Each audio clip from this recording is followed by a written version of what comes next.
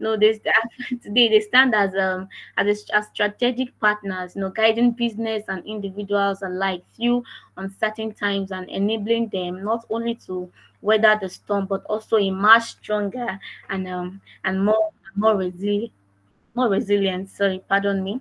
Trying to admit more people. Hold on. All right. Thank you so much, everyone, for joining in. If you're just joining in, kindly indicate in the chat box your name, where you're joining us from, and what you do. So, like I was saying, throughout the course of this webinar, we'll delve into the strategies and practices that accountants can employ to navigate complexities, seize opportunities, and lead their organizations toward prosperity. And also, our esteemed speaker will also share their expertise and experiences and also their perspective on how our accountant and proactively shape outcomes, mitigate risks and foster innovation. So, as we navigate this virtual journey together, I really want to encourage us all to participate actively in this discussion. Let's ask questions, let's share insights, because something I know is that the success of this event lies not only in the expertise of our speakers alone, but also in the collective knowledge and exchange of ideas from every one of us that is present here. And also know that after two or more speakers, okay, hold on. All right. Okay, so let us also note that after two or three speakers have spoken, there will be time for Q&A. That's question and answer. So if you have any question in your mind, you have any pain points you want to share, any addition contributions, just you can send them to the chat box or wait till it's time for questions and answer. Happy welcome to every one of us. To those that are just joining in, kindly indicate where you are joining in from and what you do. So without taking much of our time, so I'll be bringing in Alhaji Wasiu Hebi Junaid. He is the chairman of ICAN, Abeokuta and District Society, and also a co-host for today's webinar. And he will be opening the floor with an opening remark. You are very much welcome, sir. Good morning. Good morning, my moderator. Good morning, everyone. Welcome, sir. I hope you are hearing me. Loud and clear. I'm much more delighted about this webinar coming up today. In fact, the publicity has been on since. And this webinar could not come at another time other than this time, with what we are going through in this country now. And it's important for the accountants and others too, that other accountants too, to open our mind and see how we can navigate the rough part. I call it the rough part because of what is happening here and there. I want to enjoy every one of us to let us open our mind, go through listen to the presenters and ask questions. I know the presenters, they are formidable people. The lead resources and high performance, they are tested organizations. They've been doing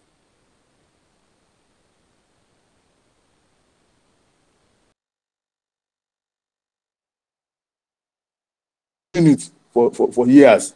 And I'm sure today will be an exception, benefit us immensely.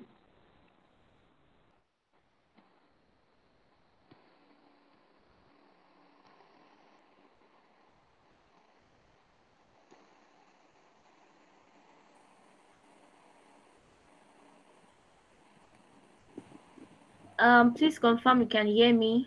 Yes, I'm still on. So Okay. I want to. The network I'm still on. Is the network? I'm still on. I want to enjoy us to participate actively in the program, the discussions. Let's ask questions. I know the presenters they are there for us to give us necessary solutions, and so they will even take us further than where we think we should be. Once again, I want to thank the high performance and resources for this program. Let us start the program in earnest.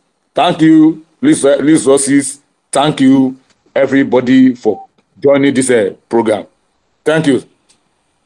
Thank you so much, Alhaji Junai. That's actually a really good way to start this webinar. In fact, you have given us a sneak peek into what we'll be doing today. I know I love how you've said that there's really a lot of value to learn from today's events. Thank you so much. So, ladies and gentlemen, so it is now my great pleasure to introduce to you our first speaker for today's webinar. This distinguished individual is a leading expert in the industry, and she has in-depth knowledge in Nigeria economy. And today she will shed so much light on the current realities of the post-transition Nigeria economy, the performance indices, the impact, and the outlook.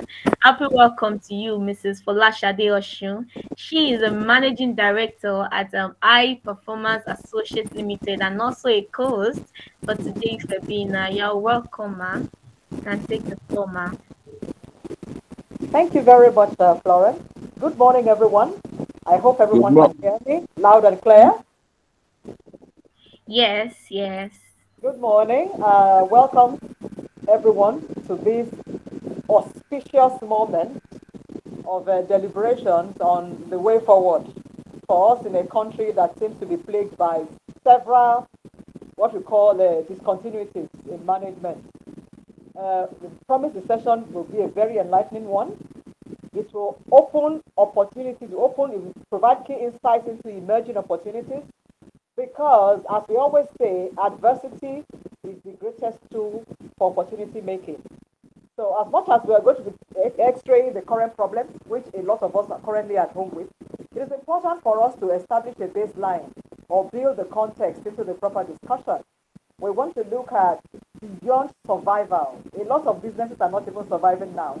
A lot of them appear to be choking under the suffocating impact of an economy that has begun to manifest serious signs of bleeding, hemorrhaging, so to speak.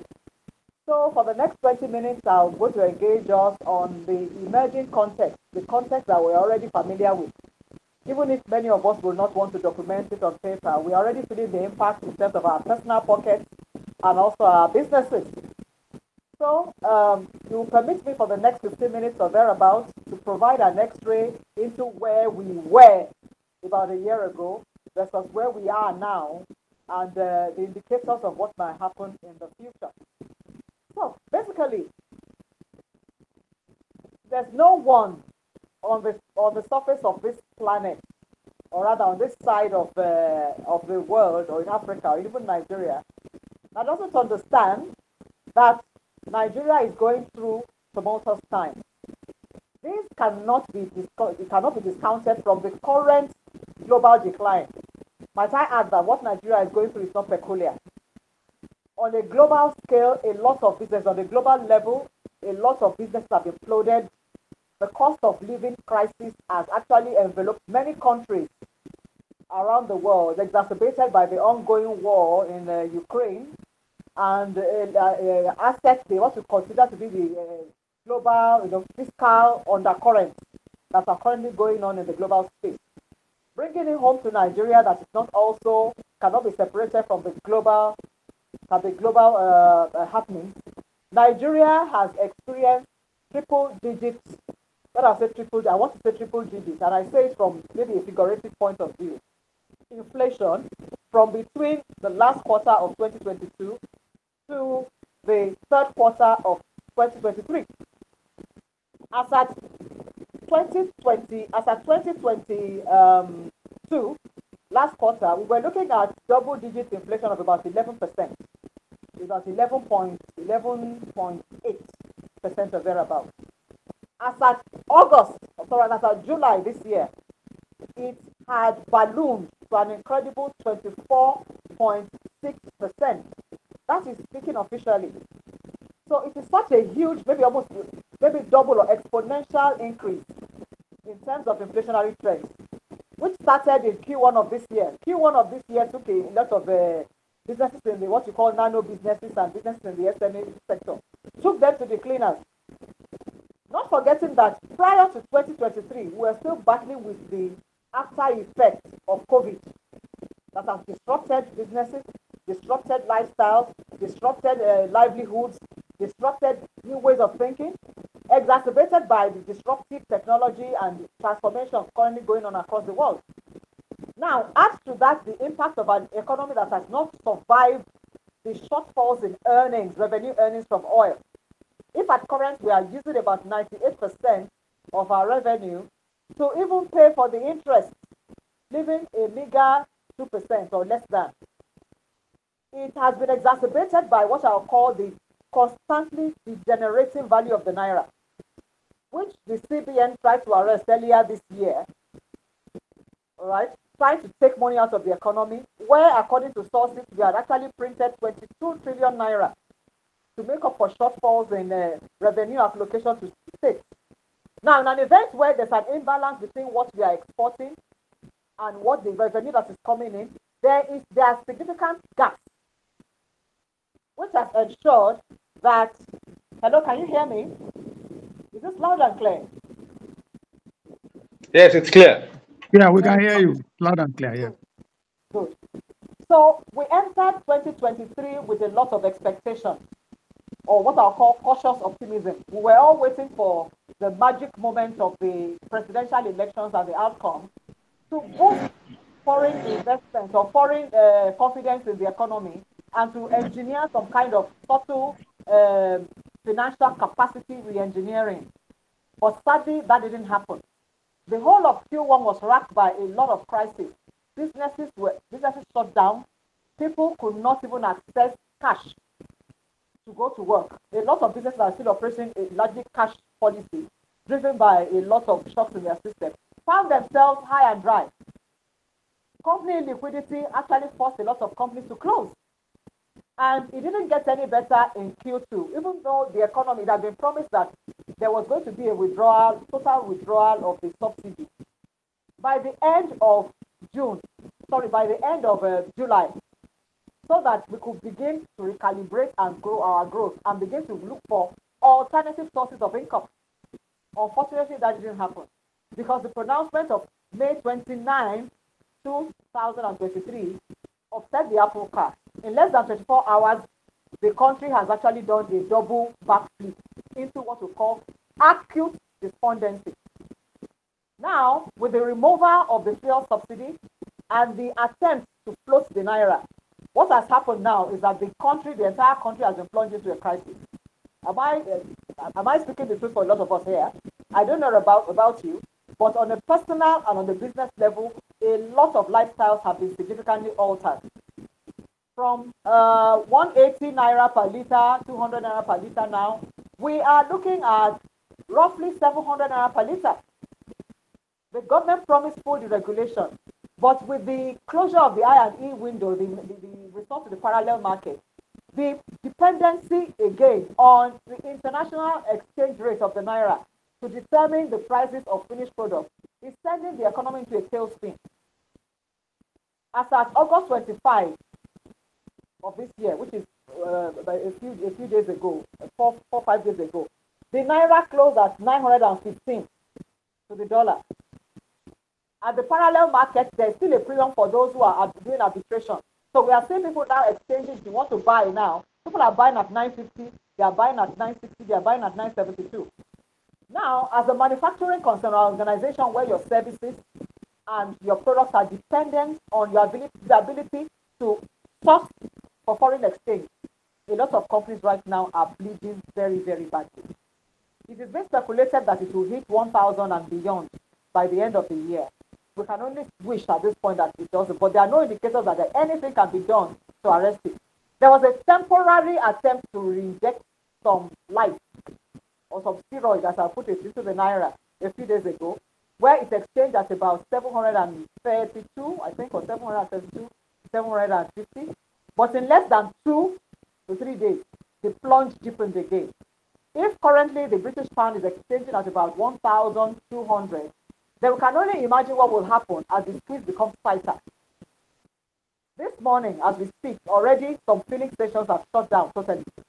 Because apart from the fact that they can no longer meet the demand to import finished products, there are issues of disruption of oil pipelines somewhere around the coastal creeks, leading to shortages, which means that even the crude products cannot be piped to the point where they are lifted and they are sent outside for processing.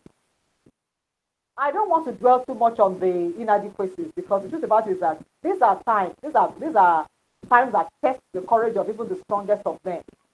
But like we always say, we believe that this is a wave, a shock wave. And in reality, Nigeria has been postponing the evil day for too long. What happened that we have postponed the evil day for too long?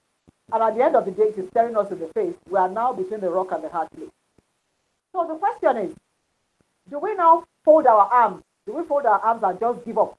And everybody should just go to bed and pray that maybe the heavens will fall over and then there will be a new experiment or attempt at humanity? Do we fold our arms and watch our businesses go under? Or do we succumb to the fact that we know that factories are on the verge of shutting down? As a matter of fact, a lot of the multinationals, the GSKs, the Nestle's of this world, the Nigerian breweries, they are beginning to report losses, significant losses, that when you take a look at their books, I mean, you don't need a magician to tell you what may happen. Usually the response from a lot of companies is that as soon as things happen like this, they scale down, particularly if you're into production, manufacturing operations. They tend to scale down so that they can beat inventory costs. They scale down on volume. And the truth about it is that they close process gaps again, and in an attempt to rationalize, they begin the usual recourse to right sizing, as they call it, letting people go. But is that really the solution? That's number one. Number two, those who consider the fact that they may lose their jobs or are currently not even earning are thinking of calling it a day, and everybody's looking for an escape route out of Nigeria has become our Alcatraz now. Jackpot has officially entered the world lexicon. It's taken from Nigeria's street lingo. People are thinking of rolling it all up, folding up their mats, and traveling abroad. Whether they have to go by ship as stowaways or by selling all family assets to be able to afford the ticket and the visa. But again, the question we ask ourselves is that the solution? At the end of the day, we are the ones that are going to solve our own problems. And might I say that what is happening right now has happened to nations, countries before. The Great Depression of America in 1929 readily comes to mind, where there was mass emigration. People actually left where they were living, many of them in the area called the Dust Bowl, where the land had become barren, nothing was happening. They left and they emigrated. But the truth about it is that it did not solve America's problem until they took a solution driven by, first of all, a mindset change. And this is where the role of accountants in shaping the survival, that beyond survival phase of Nigeria, becomes extremely important. All of the things, the points that we have highlighted, what we're talking about since morning, I do not think that these are intractable problems. And I'm sure this sentiment is shared by all. We are not only financial management experts. We are not only financial engineers. We are also being placed in the pole position to begin to look at how we can actually come up with solutions to help the economy out of the current doldrums. And that is why we are having this webinar. The role of accountants in shaping the destiny of businesses and the economic environment, the climate dire as it is the subject of this webinar. We will not bore you for too long on what the problems are. Yes, after we have talked about the problem, after we have audited the problems, by the way, we see them as challenges, because problems remain problems until you actually action a solution, which is what makes it challenges and eventually it scales into opportunities. What exactly are we going to be doing about it? What is the critical role that accountants play in reshaping this discourse, this narrative, on how to achieve not only survival, but now scaling up from survival to escaping that familiar mind trap that tells us that nothing can work, and begin to reach out for solutions that are practical, that are viable, that are visible, that are feasible, and that are sustainable. That is the essence of this webinar. So as accountants, the role of accountants has emerged out of that traditional model that says accountants, some people say accountants are being counters. I don't agree. We have moved from that narrowly defined space of just looking at figures and attempting to find indicators that could provide a narrative or could provide an opportunity for us to, admit that an organization is either not growing, or it has stalled completely, or the opportunities for improvement. Accountants are expected now to transform into a bigger role or to scale up to a bigger role. That's taking the destiny of organizations, of companies, of establishments into their hands by taking a look at strategic implications of some of the decisions that we take that enable us when we are consulting, either for organizations within our consulting space or as finance directors or advisors to organizations. Naturally, we know that a lot of right now will be buffeted by requests from the organizations we currently consult for. On please, what else can we do? We are hitting the red line now. What can we do? They are expecting answers like cut your costs, keep cutting your costs. But is cost cutting a solution? Because ultimately, what has happened is that a lot of organizations will pass the cost of an increase in their recurrent cost, even their variable cost, to the end user. But then the question you also ask yourself is, for how long will we continue to do that? The end user is already strained. The end user already has a disposable income almost completely wiped off, which means that the volume he was buying before will drastically reduce. And in a market that we find ourselves that has been enabled by aggressive competitors in our space, or even competitors coming from finished products that are imported into the country, it probably means that our margins will continue to decrease. So the cost cutting really represents a solution, which is where part of what we'll be discussing today is how we can begin to re-engineer our minds towards looking at the strategic choices and options confronting us after we have audited our current circumstances, and we begin to reach out for alternatives in terms of value investment and value creation. Part of this will require us rejigging our current processes and asking ourselves, should we continue to play in this space or should we diversify? And when we say diversification, it's not about entering new markets immediately. It's not as easy as that. It's about diversifying our mindset to look at ways that we can increase value, either by looking at cooperative ventures that can help us to boost current capacity amidst the current challenges of both power generation, inventory costs, and all that. This is why we are having this webinar today. And I do hope that our take home at the end of the day from this discussion will be able to evolve new methodologies and learning. First of all, thinking about how we can rethink our ethos, thinking about how we can rescale our opportunities, and thinking of how we can consistently engage, how we can collaborate to create new value that will be of benefit to the local economy. Thank you very much for listening to me. I've come to the end of my discussion, and I'll be handing over to the moderator now, Florence. Thank you, everyone. Thank you so much, Mrs. Folashade Oshun. Wow, I'm very sure we all are. I'm very sure we all are super excited about this. Wow, you're so big on the fact that we all have a role to play. And like I said earlier, the role of accountant has really gone beyond, managing finances and all that. We all have a big role to play, changing this trajectory and what's happening in this economy. Like you said people will say keep cutting costs, but if cutting costs really cutting the problem. So we all need to look deep and know what role we can play to change this whole thing that is happening in our economy. Thank you so much, Mrs. Folashade. Once again, that was so profound. And if you're just joining in, please kindly indicate in the chat box your name and where you're joining in from and what you do. So yeah, without taking so much of our time, I'll be going straight forward to introduce our next speaker. As we continue in this journey of growth and resilience, now having understand the realities we are in right now, it is now time to delve into the specific challenges and the opportunities that that await us in our respective sectors. So I'll be bringing in our second speaker for today's webinar, and he'll be shedding light on the sectorial challenges and the abundant opportunities that await accountants. So happy welcome to Mr. Laurenti Dion. He is a digital transformation expert at Lead Resources, and we are so honored to have you here, and we are eager to hear your insights on this topic. Thank you so much. You can take the virtual floor now, sir. Please unmute yourself. All right, thank you very much, Florence. And I want to say good morning again to all our participants. Good morning.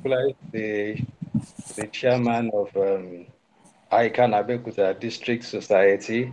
I Let me say that I recognize a number of faces. I've seen my colleagues and my seniors and people that we have interfaced in the industry at one time or the other, and I'm so glad. Um, I know ICAN Abeokuta District Society is a star-studded society, and I say that with every sense of honesty and responsibility. And I'm so glad because I know that the things that we are going to be sharing this morning will be well taken. And also, I recognize that we have people from outside Ogun State, and honestly, I think it's a very great opportunity for us to share ideas, for also to see issues from different perspectives, and to proffer solutions. Because the truth of the matter is that there is, at this point, the truth of the matter is that there is no particular model, there is no particular solution. Things are in a constant state of flux, and particularly since May 29th, 2023, the history of Nigeria has changed significantly because of the pronouncement on the removal of fuel subsidy and also the attendant challenges with the foreign exchange environment, and it has seriously impacted businesses. My colleague has done a good job of letting us into the reality of the situation where we have found ourselves. I know that it's not news to any one of us. We are merely providing a context um, for us to again drive home the point that we are at a point in our history where things are not looking very, very good. And honestly, if you look into the near future, it does not appear to have any uh, positive omen. But the truth of the matter, again, as professionals, as business owners, is that after all is said and done, we want to ask ourselves a question. So, what do we do? Do we fold our arms and just leave everything to slide down? Or do we take the initiative and decide that, okay, we want to see how much we can, dictate the narrative, how much we can shape the future? So, what do we do? How do we make the best of a bad situation as it is? And I believe that it is not as if there is nothing we can do. We may be limited in our options, but the truth is that we do have options. And as accountants, I have come to realize that we occupy a very, very key position in organizations. Accountants have a bird's eye view of the financial health of the organization. Traditionally, the transactions of the organizations and even the government have been within the purview of accountants. But the situation we have in our hands today has placed the demand upon accountants to see themselves beyond this traditional role, to see themselves beyond the role of financial managers to something much more strategic. And that is the angle that we are coming from in this webinar. Let me call to mind that popular story that we used to share when we do sales seminars and sales trainings about two salesmen that were sent to a particular community where people were not wearing shoes. So one got there and he said he sent a telegram back home and said, well, there is no market here. People don't wear shoes. The other guy got there and he saw it from a different perspective. He said, oh, there is a big market here. People don't wear shoes. And what is that story supposed to drive home? Wherever there is a problem, there is actually an opportunity. A lot of people may see it as if, oh, it's a very dire situation and it's there's no way forward.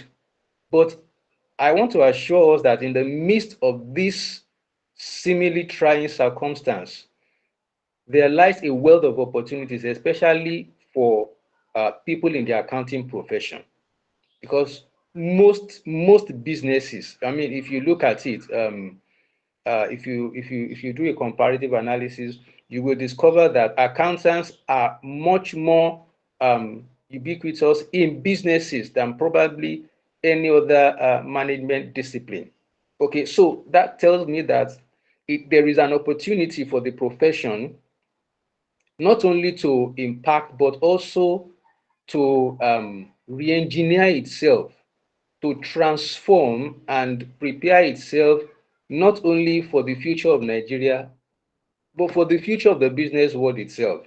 So we are going to be looking at some of the areas that the accounting profession, especially within the context of Nigeria, where we can begin to see disadvantages and to step into the opportunities that the situation makes available to us. Let me start by saying this, that essentially your role as an accountant is transiting from being a gatekeeper and a watchman to a navigator. The role of the accountant today is transforming from that of financial management to the role of guiding businesses through challenging financial landscape. Yes, we know that you know the numbers. Yes, we know that you are able to, to raise alarm and to, raise up the red flags when financial issues are happening. But again, you need to look beyond the financial position of the business to the strategic position of the business in the economic environment. Okay, so and this is particularly needful in the Nigerian environment because of the current challenges that we are facing. So that you do not only fulfill your traditional role, but you become a strategic partner, whether you are an in-house accountant or you are consulting for your client's company. You become a strategic partner in driving growth. You are not merely seeing the problems. You are also partnering in saying, okay, this is the problem, but this is where we ought to be, and these are the pathways through which we can get to that place. And then together with the team, you decide on the strategic option that is most practical for your business at that point in time. You will be involved in mitigating risks and ensuring resilience for the business, which is what businesses need nowadays in Nigeria, and guiding the businesses and even our nation towards stability and prosperity. And I'm saying this, I'm emphasizing it because this is the mindset which every accountant that is part of this webinar should begin to cultivate. Yes, we know in Nigeria context there are challenges impacting every strata of the society, impacting every sector. But you can play a pivotal role in guiding your company, your stakeholders to navigate these complexities. You have financial insight, you have analytical skills. You can collaborate to helping your organization make informed decisions. Informed decisions.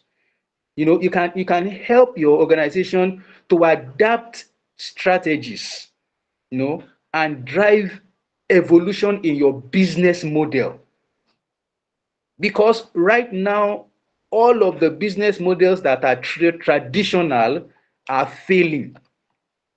Even without digital disruption, you discover that the kind of market, the kind of demographics that we have, the kind of economic realities that we have nowadays, the kind of demands that customers are placing on businesses, the traditional business models have failed to live up to their expectations. And so, as a financial expert, you are expected to transit in your role to becoming a strategy expert, okay? Collaborating with others to leverage your financial expertise to provide the kind of informed decisions that businesses need. Okay, so that exactly is the point of this webinar. You need to become strategic minded. For instance, we know that there are challenges with micro and small business enterprises. Take, for instance, the issue of increased costs and inflation. We know that micro and small businesses are particularly sensitive to cost fluctuations. And right now, many are only barely surviving. You know that as an accountant, you can collaborate with these businesses to conduct a detailed cost analysis. And I'm sure that's your forte. You are very, very comfortable with that. But beyond that cost analysis, you need to be able to identify areas where expenses can be trimmed without compromising product and service quality. So that may be taking you out of your comfort zone. This might involve renegotiating contracts with suppliers. It might involve considering alternative energy sources and adopting energy efficient practices to cut operational costs. What I'm saying is that these are capacities, these are competencies that you will need, to develop in addition to your financial management expertise. Take, for instance, another challenge of micro businesses: reduced customer demand. We know that purchasing capacity has drastically reduced. An economy that contracted last year is facing the potential of further contraction. This could also affect the ability of our businesses to survive, and many have gone under already. So as accountants, why not look beyond financial management to say, okay, how can I help guide these businesses to implement flexible pricing strategies? And this especially speaks to business models, perhaps bundling products and services or offering discounts during off-peak hours, maybe trying to attract or retain price-conscious customers. Strategic thinking. Of course, there are cash flow issues. You can help by helping businesses to optimize their cash flow, implementing efficient invoicing and collecting processes using digital means. Now, I'm going to be emphasizing the digital means a little bit later, but I only brought that in because when I mentioned cash flow and I mentioned invoicing and collection, somebody somewhere in his or her accounting mind could say, oh, well, that is not a new thing. But if you look at the volume of transactions that you will have to consider in arriving at decisions to help companies solve their cash flow constraint, you will discover that the traditional way of doing things will simply not cut it. Now, the organized private businesses, the larger businesses, have a different set of problems. What about supply chain disruptions, which is caused by the increase in raw materials and transportation? You can help to optimize, because the first place where we see the problem is that the supply chain challenge is affecting the bottom line.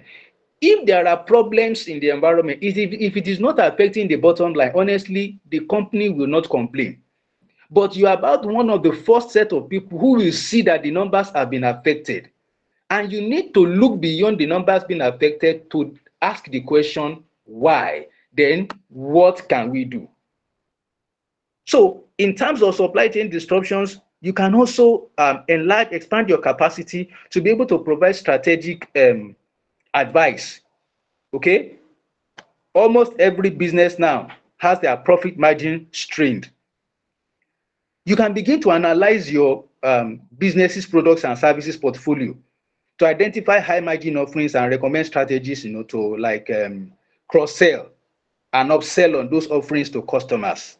All right. So what am I saying? I am saying that it is time for you to transmute from a probably rigid numbers mindset to leveraging on that background, on that experience, on that training into a strategy mindset, because that is what can solve the challenges that we have now and that we'll be facing in the future. Let me also say that at this time, we are so fortunate. Let me put it that way.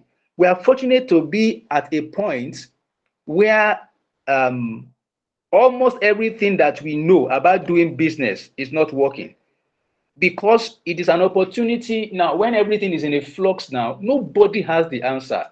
But because of your own training, because of your own background, you can leverage on those things to chart a new course for yourself without much competition, especially because of the bird's eye view that you have as an accountant.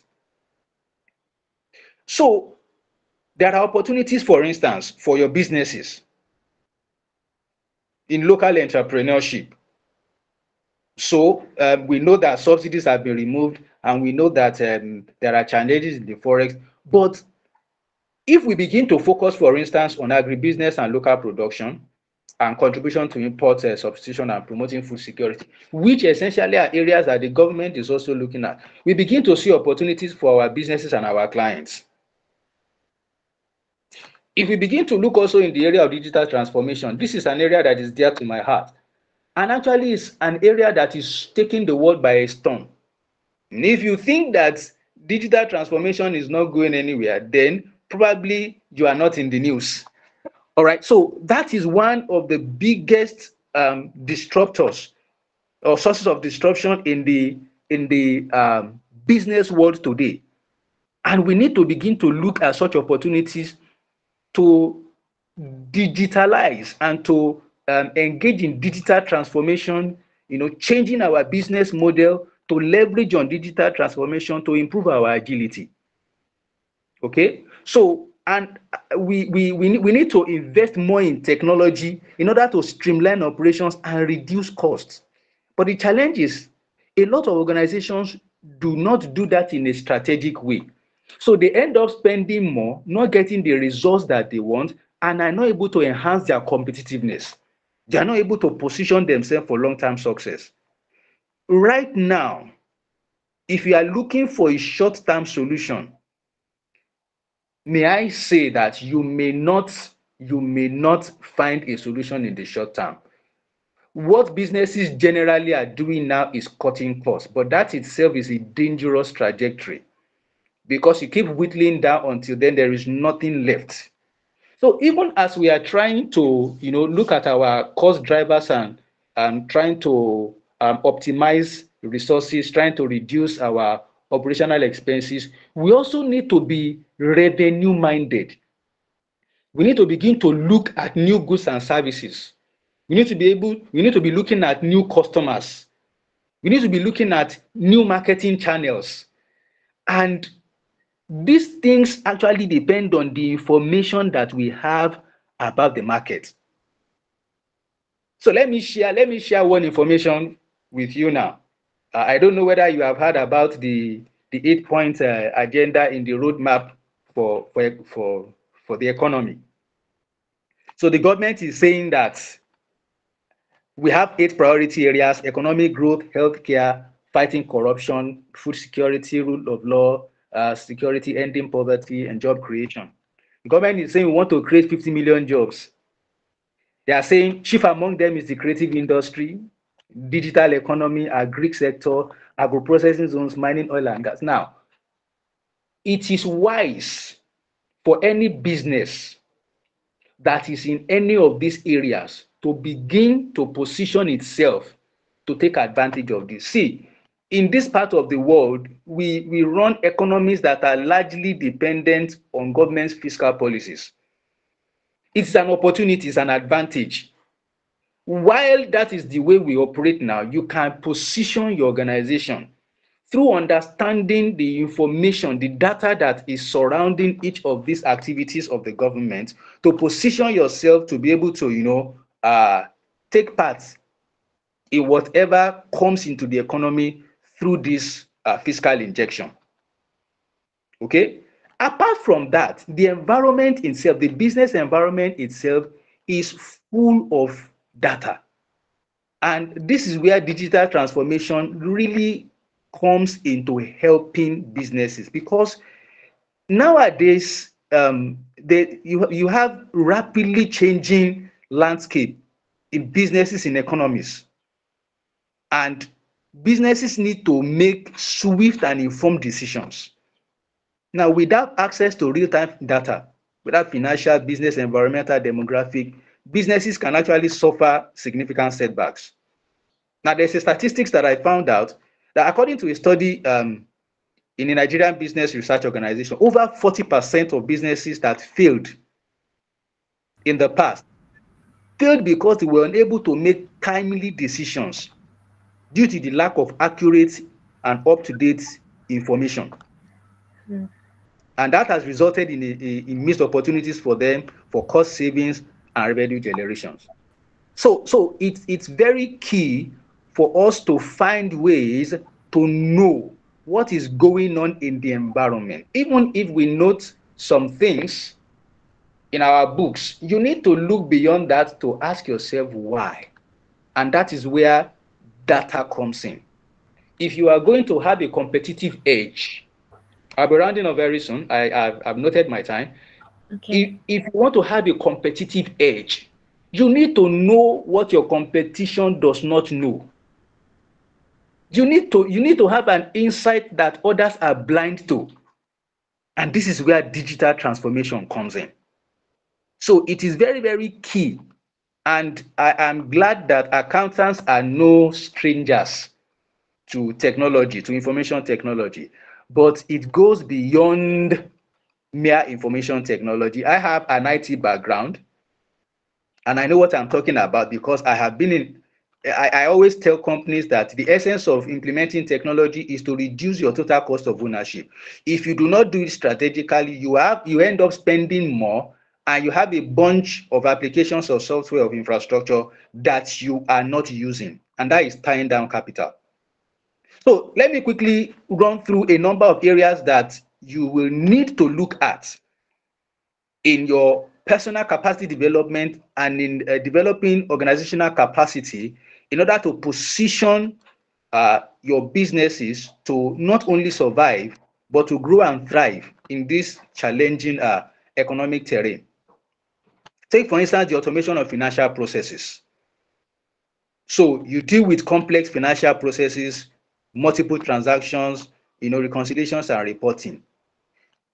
There is time is of value, greater value than it used to be. So nowadays, digital transformation is helping to implement automated accounting systems that streamline all tasks like data entry, reconciliation, and financial reporting, reducing the amount that you spend on paying people who will be doing these things for you, and of course, reducing your cost. Think about cloud-based accounting systems.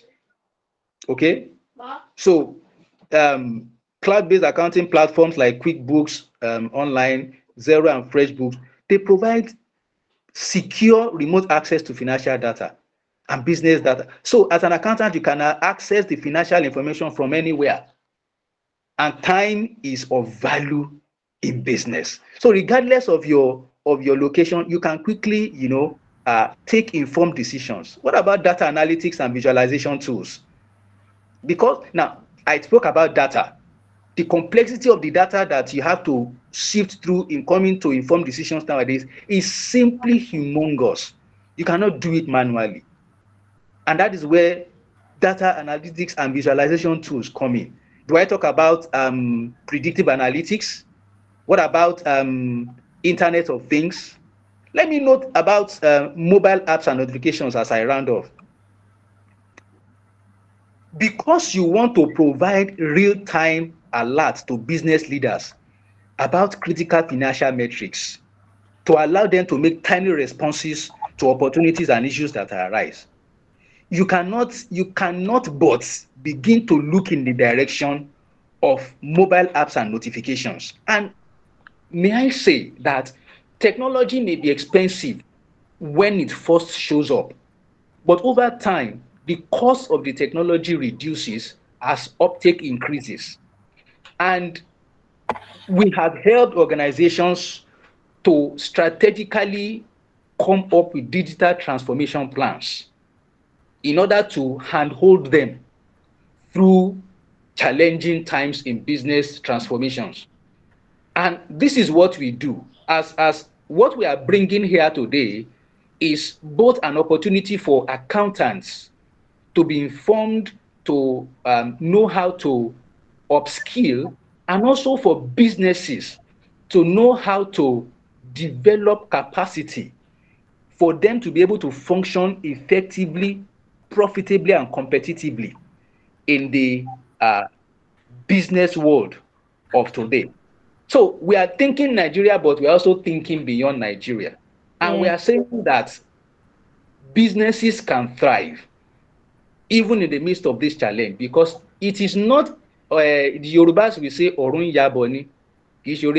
This challenge is not unique. If the likes of GSKs of this world are leaving the environment, I think it tells us that it means nobody has the answer. But we can have the answer if we ask the right question and if we have access to the right data and the right insight. Thank you very much for having me. Thank you so much, Mr. Dio. Wow. I see that Mr. Dio really has a lot to actually dish out. I've really gotten so much insight. Like, thank you so much, sir. When you started with whenever there's a problem, there's an opportunity. And you were really big on accountant positioning themselves in that as a strategic expert, or in that as as a strategic partner in every sector they find themselves, whereby they help businesses, they help companies, they help people to make informed decision. Because right now it's really about strategy, strategy, strategy. Many times we can't really have afford to make some decisions without having strategies in place. And that is where you spoke about having a good going back to your framework, which is like your business models, embracing digital transformation, and technology. Because sometimes I really do say that, if technology is not embraced at the pace at which the technology is really going right now, if it's not actually, harnessed in every sector we find ourselves, we'll probably be set aback. So right, technology really, using technology in every sector we find ourselves, and like you said, using technology to streamline, operations, to reduce costs. So much value, so much value. Thank you so much. I'm very sure many of us have really excited about this already, and I'm really putting down a lot of things. Please note that after this, our third speaker will be having our Q&A session. If there's any question you want to ask, any contribution, any thing you want to share, please wait till it's time for the question and answer. You can also send your questions to the chat box. Thank you so much once again, Mr. Laurenti Dion. And thank you everyone for staying through and for your active participation. And I'm very sure we have gained, like I said, we've gained valuable insight from our previous speakers. So now, as we move forward, we have come to a very sensitive and critical aspect of this discussion, which is sorry. Okay. All right, so we have come to this a very critical aspect of this discussion. I will be going into managing personal and business economic risks in these challenging times. But I'm very sure that with everything that has been said already, seeing the problems and all that, these uncertainties that can actually surround us. Many times the feeling can be overwhelming and all that. But it is during this period that we have to make informed decisions that is essential to safeguarding our interests, the businesses, families, and everything that is surrounding us. So, ladies and gentlemen, without further ado, it is a great pleasure to introduce to you our third speaker, and he will be shedding more light on the strategies to manage economic risk both at the personal and the business level. Happy welcome to Mr. Danforth Edobo. He is a risk and leadership management consultant at Lead Resources. You are up. You are so much welcome, sir. You can unmute yourself now, sir. Mr. Danforth Edobo. Yes. Okay. Good afternoon. And good afternoon, everyone. Good Thank you. afternoon. Good afternoon. Good afternoon, everyone. Good afternoon to the chairman, ICAN, and Good afternoon, sir. seminar. I'm really delighted to be here with you this afternoon. And I hope by the grace of God, at the end of the presentation, we will have meaningful messages, strategies, and advice to take home. First, I would like to congratulate the accountant in the house and every other accountant. It has become very obvious now that for us to survive the uncertainties in the economy, the accountants are going to be held responsible, not negatively, but positively. I think at the end of the day, your name will be written in the book of success, having been able to champion survival strategies, implementing them, and making our economy to come back to life as what it should be. So congratulations to ourselves. Now let's move on. The issue before us now is how to manage personal and corporate economic risk. From the discussion so far given to us, we know now we have some functions that are before us. Number one is to do a transformation of our system of what we're doing. Number two is to create, is to be innovative. It will be innovative and to have a rethink and then develop strategies that will move us to the next level of what? Of survival. And instead of people Japan from Nigeria, they will be coming into Nigeria to come and do business. So that is the essence of the topic. And risk and insurance, they are very, very important in the management of business enterprises. We are now in a period where we have to conserve, where we have to preserve, where we have to improve on the competencies that we have in the areas of our financial resources. We don't need to have any leakages now anymore. Instead, let's preserve what we have. Let's improve on what we have. Let's see how we can, through this strategic practice, we are able to sustain this ability of our business enterprises. When you look at risk, what is in a simple language. Risk involves the fact that when certain things, the victim would experience what we call financial loss or financial damages, to the extent that if something is not done, the person may not be able to come back to life again or may not be able to go back to business. And so we have to be very, very conscious that this risk exists, and then be more conscious on how do we handle this risk so that the little financial competencies and non-financial competencies that we have are not depleted further, but rather they are improved upon and business is going on. This will require a lot of act of discipline on ourselves as accountants. But then, why are we laying on the concept of insurance? Everybody here knows what insurance does.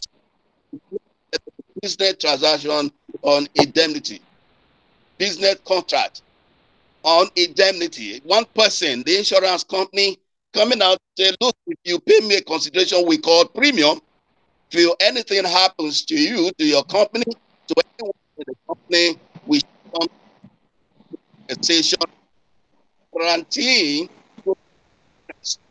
If you look at what happened in the United States 2011, everybody was crying, hey, will America survive? Hey, will America come back again? I want to tell you authoritatively now that the restoration practices, compensation practices that were done in the United States in 2011 and beyond were financial compensations that were paid by insurance companies based on the risks that were insured against at that particular time. But unfortunately, I will say this, this is a practice that is not so pronounced in our environment. We are not too serious, either because we don't know its usefulness or because we want to conserve cost. If you want to remain a business and remain competitive, you need to have a restoration should the unexpected happen. You need to have a source of hope should the unexpected happen. Apart from God, who does spiritual restoration, the only known instrument on earth for restoration, for compensation, for peace of mind is the practice of buying insurance policies all over the world. If you also look at the COVID-19 problem that we had some years ago, most of the compensation or whatever palliative we have done were as a result of the compensation that we are received by insurance risk underwriters all over the world. But we have to use our natural sense here in Nigeria to say we are doing palliative, we are locking up ourselves here and there.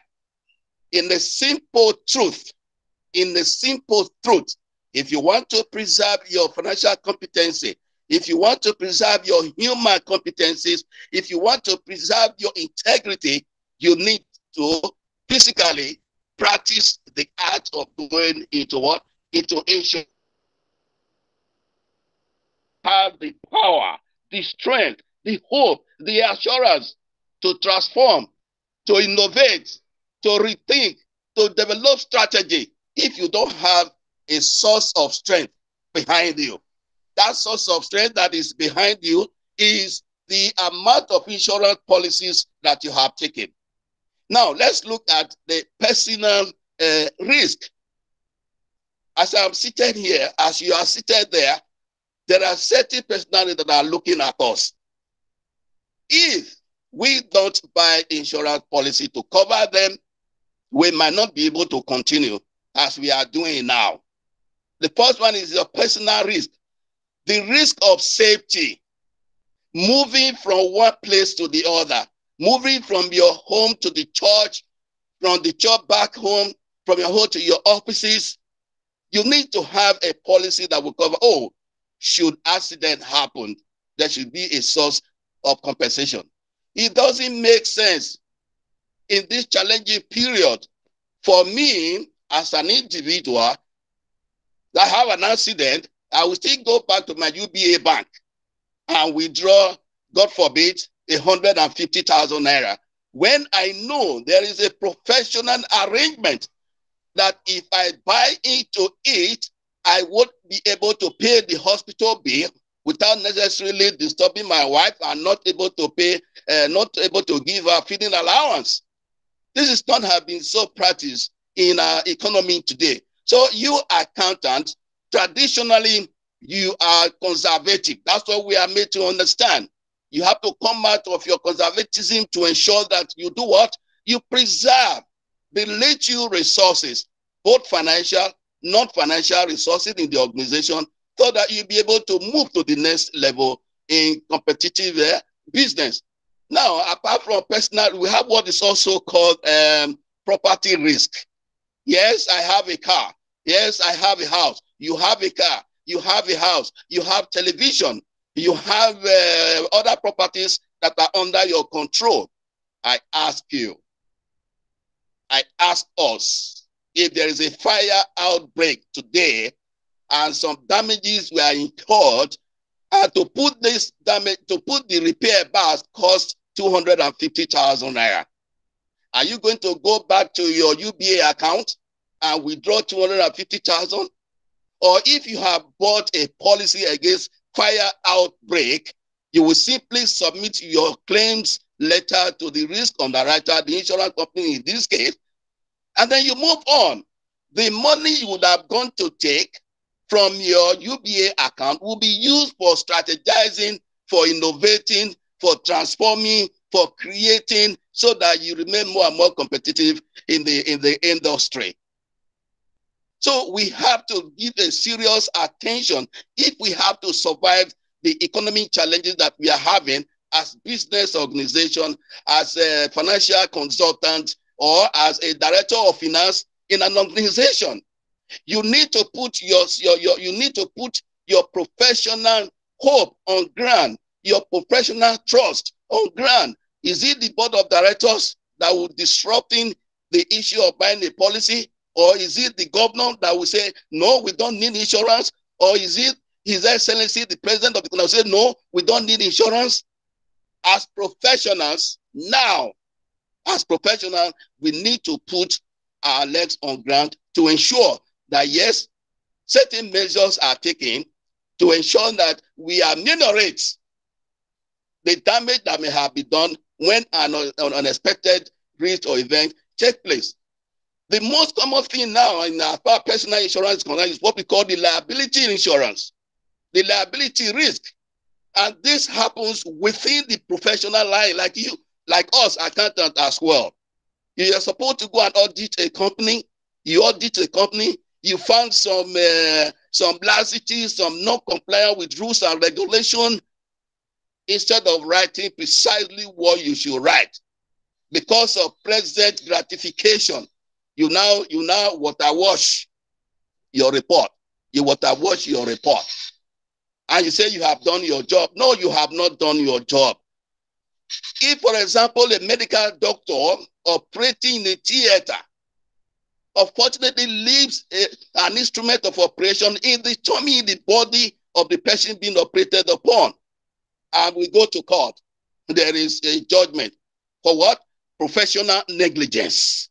It means, therefore, we as accountants, because we are trying to preserve, we are trying to conserve the little resources that we have, we must ensure that professional measures are taken to ensure that what? When any risk happens, there are possible sources of what? Of putting the damages back to life.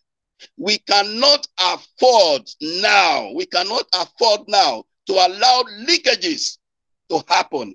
For example, you have debtors. Now is the time for you to insist that the life of the debtors that you have must be insured.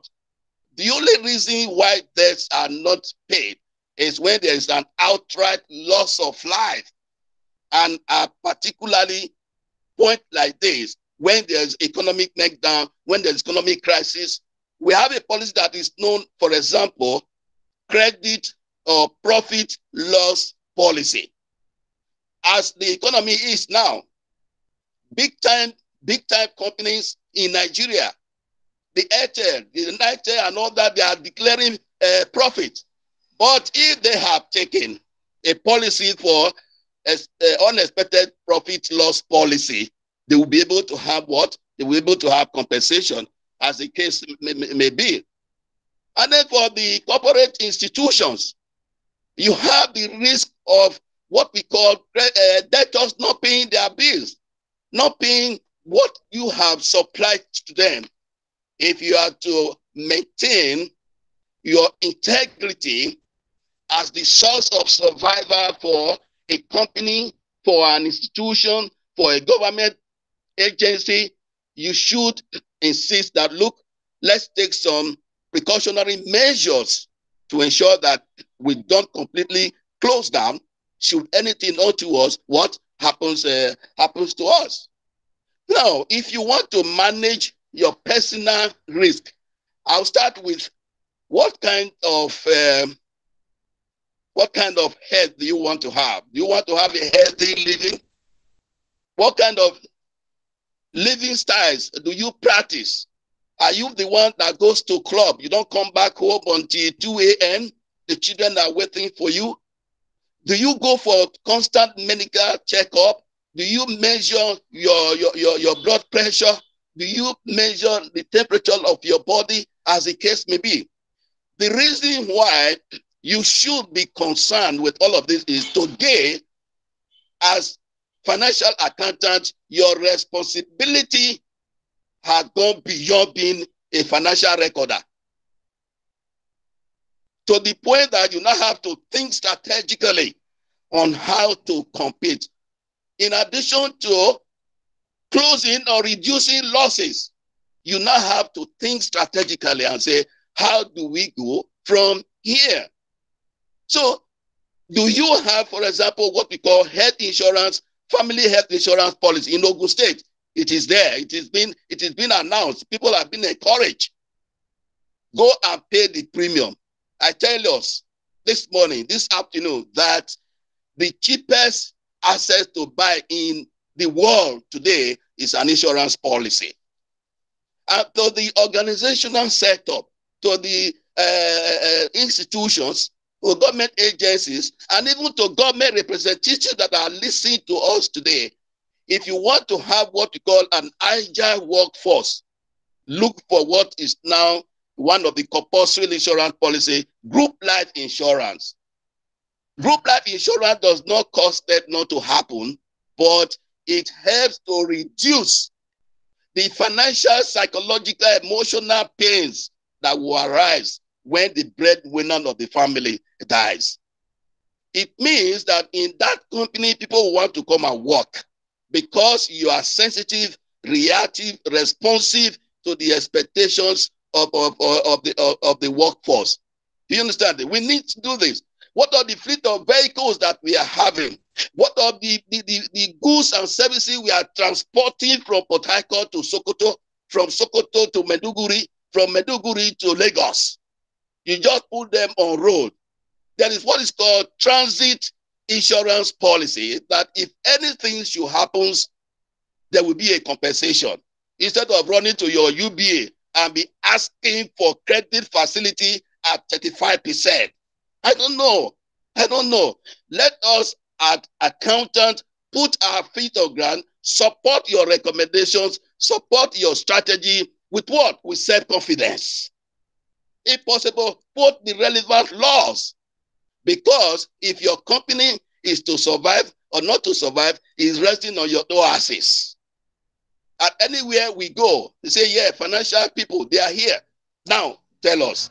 We need to be conscious of the fact that life is no longer as usual, as far as the Nigerian business economy is concerned. Now, for you to have a healthy personal life, how much are you close to God? Your spiritual upbringing. Do you take time to meditate? Do you take time to have a feeling what we call nature? Get out of noisy places, go to quiet places. If possible, go to the bush and listen. Nature speaks to you. A friend of mine told me, look, he went for a course in United States. Do you know, Danforth? I was put in the bush for 9 hours. What was I doing? I was listening to nature, speaking to me, how to move forward, and what have you. I'm serious about this because we, as professionals, even on our individual lives, have not taken it too serious that, yes, we must have a policy on our lives. Today, you are spending 500,000 naira to feed your family because you are alive. Have you thought of what will happen in your permanent absence? The same thing in corporate institutions, in corporate companies. What will happen if 3 directors traveled and there's an accident and the vehicles and the human beings are lost? It is only through the sort of objective insurance policy bought earlier on that will bring a sort of probe, restoration, strategy, implementation, ideas, and capability into fusion. We must do this. We must begin to advocate very, very on a serious note to all our institutions, organizations, government agencies, and even our family that we must take what? We must take precautions to ensure that the present financial competencies and all that are not lost. As accountants, we need also to think of how to create business for our organizations. Today, we are talking about micro insurance. Micro insurance can be done by anybody. If you don't know what micro insurance is all about, it's nothing but a process of paying little amount. For example, I'm traveling from here to Ijebu and I'm entering the vehicle from Kuto. And you say, oh, the journey is just 1 hour, nothing will happen. By the grace of God, nothing will happen. But if something happens, what will happen? how will there be a source of paying the hospital bill and what have you? You can imagine the number of vehicles that move from Kuto Market to Abuja to Ijebu-Ode. Can you think of a way of generating additional income for your company, for yourself as an individual? It will be easier for you to do because, what do you expect from an accountant? You wouldn't have expected anything below this, as the case may be. Let us feel nature. Let us check our body. And for the organizations, we need to have insurance policies, whether we like it or not, on all our assets, both human and non-human assets. Let us, if we have forgotten, let me conclude by reminding us again of what happened in America 2011 and the COVID-19 issue, even that we are still battling with today. Thank you very much. I hope we have gotten something from this little presentation. Thanks for your... Oh, yes. Thank you so much, Mr. Danforth Adobo. Wow, so many things that we can insure. Health, properties, lives, so many things. Wow. The essence of I see that the essence of insurance right now, it really can't be overemphasized. It's really, really much needed. Because this system and economy we find ourselves in, like you asked earlier during your presentation, what is your source of strength? Thank you so much for that insightful session. And Mr. Danforth was also very big on, managing personal risks to your spiritual life, your relationship with God, and all that. And having to protecting your mental and your state of mind is really, really needed in this economy we find ourselves, because through a good mental health and state of mind, that is where we can make informed decision that could affect our life and everyone around us positively. Thank you so much, Mr. Dan, for the double once again. Yes, so now we have come to the question and answer session. And I'm very sure that during the discussion, many of us, we had questions in our mind. I'm very sure there are some things we want to contribute, some pain points we'd like to share. I would like you to please do signify by raising up your hands, and how will yield the mic to you.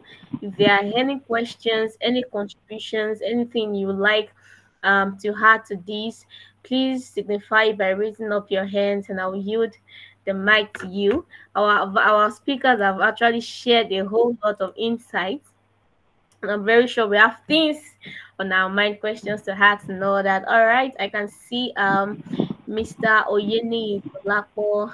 Mr. Oyeni Dolapo, you can unmute yourself. Good afternoon, sir. Good afternoon, everybody. Good afternoon. Thank you, Mr. Edobo, for that insightful presentation. In fact, it's one of you covered a lot, sir. But I would like to ask a question. You know that in your presentation you made mention that the accountants are always we are conservative in nature, and then the insurance premium we are talking about. You know that we believe that it's going to be a yearly thing, and most of us believe that, okay, if nothing happens, does it now mean that my money is gone? Because that is one of the challenges that many Nigerians we face. So is there any policy or that, okay, if I patronize you for like 2 years and nothing happens, maybe I will be compensated for that? Because if I'm paying premium for like 5 years and nothing happens, presenting it to the management in the 6th year or the 4th year will look like, what have you gained from this thing since you have been putting or paying premium? So I just want you to shed more light on that area, that, okay, do I have anything to get in case nothing happens for like 2-3 years? Thank you so much, Mr. Oyini Dolapo. So this question is to you, Mr. Danforth Adobo. Please, can you unmute yourself to answer the question? Mr. Danforth Adobo. Yes. Thank you very much for that intelligent question. And I want to praise God for giving you that wisdom to ask the question for the benefit of everyone. Let me start by giving you a start story. during the era of merchant banks. You know, merchant banks were involved in importing milk, importing one thing or the other. There was this particular merchant banks that took a policy, and their importation worth then was 1.something billion naira. Okay? And they took policy and they were paying premium regularly. First year, they paid the premium 200,000. Second year, 200,000. Third year, 200,000. Fourth year, 200,000. And somebody stood up and said, Oga, managing director, are we just helping APC insurance company to survive, or we are here? We have done this thing for 4 years and nothing happens. Why should we continue to pay premium and building the insurance company and making them more competitive? No. Well, the 5th year, they did not pay the premium. You know what happened? Unfortunately, when the ship was coming back with their imported goods, there was an accident in the high sea. Complete loss, not 60% loss. You can look at 1.5 billion naira total loss. And they came to the insurance company. And look, yes, the insurance policy is, when this happened, I will compensate you to this level. You did not renew this policy. In January, you were supposed to do that, which means you have accepted the risk yourself. One of the ways of treating risk or mitigating risk is to accept the risk. And so, sorry, that's how that merchant bank left the competitive markets. Do you understand? Now, if you have challenge in drafting the policy, get professional guidance. Lead Resources, Hyperformance Associates are resourceful enough to guide. If you can put in your policy, first of all, the insurance company, the policy, and send to you and say, look at it. We give you a month to look at it, make your reservation. Where you agree. Where you don't agree, right. So what you could do is, if for 5 years or 3 years or 4 years, I do not have a claim and I would have paid you 1.5 million, will you allow that I have a refund of 20-30% of my accumulated premium paid? You understand? It is allowed. But many of us, when policy documents are submitted to us, we don't bother to look at the content, and that is why sometimes we are being teased that if you want to hide something from an African man, put it in a book, put it in a policy, and they will never read it. Yes, conclusively, it is allowed. The insurance company, the underwriter, will not have to re-examine the degree of risk that you are facing and say, okay, for 3 years, we give you 20% refund. For 5 years, without any claim, we give you 40-50% refund. It is allowed. But the insurance company will not tell you. You let them work and let them be struggling for free. But if you just keep quiet, they will rise up and tell where it is this and that. It is allowed in practice. Thank you very much. I hope I've answered your question. Yeah, thank you so much, Mr. Danford. I think you've done justice to that question. All right, so I can see Dr. Adegboyega Falabi. Please unmute yourself to ask your questions, and I'll be taking all the questions at once. If you have any question, kindly raise your hands now so I can call you in. Yeah, Mr. Adegboyega. Thank you, Madam Moderator. Thank you, sir. I thank the speakers. At least my last friend mentioned something about refund. I'm hearing that one for the first time. You can request for a refund of 20-30% if there is nothing. I hope you will still shed more light on that. Then on the issue of this pension thing, when sometimes I learned they come out with one policy that you can take 25% of that amount of money to use on property or whatever. But when you get to the insurance, they just be telling us a lot of other things for you to be able to even take 25% of that money, as is mentioned in that act. So I want you to Okay. shed more light on that too. Then the issue Okay. of economy. I think my own mind about the economy is that these refineries is one of the major solution to whatever we are experiencing in the economy system now. If the federal government couldn't even give us a refinery, why are they destroying the younger ones that have developed something in the south?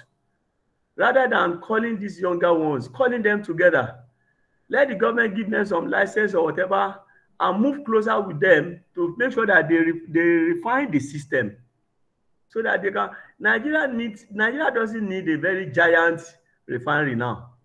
The one that Dangote is having in Lagos is just there. We are not even hearing anything about it again.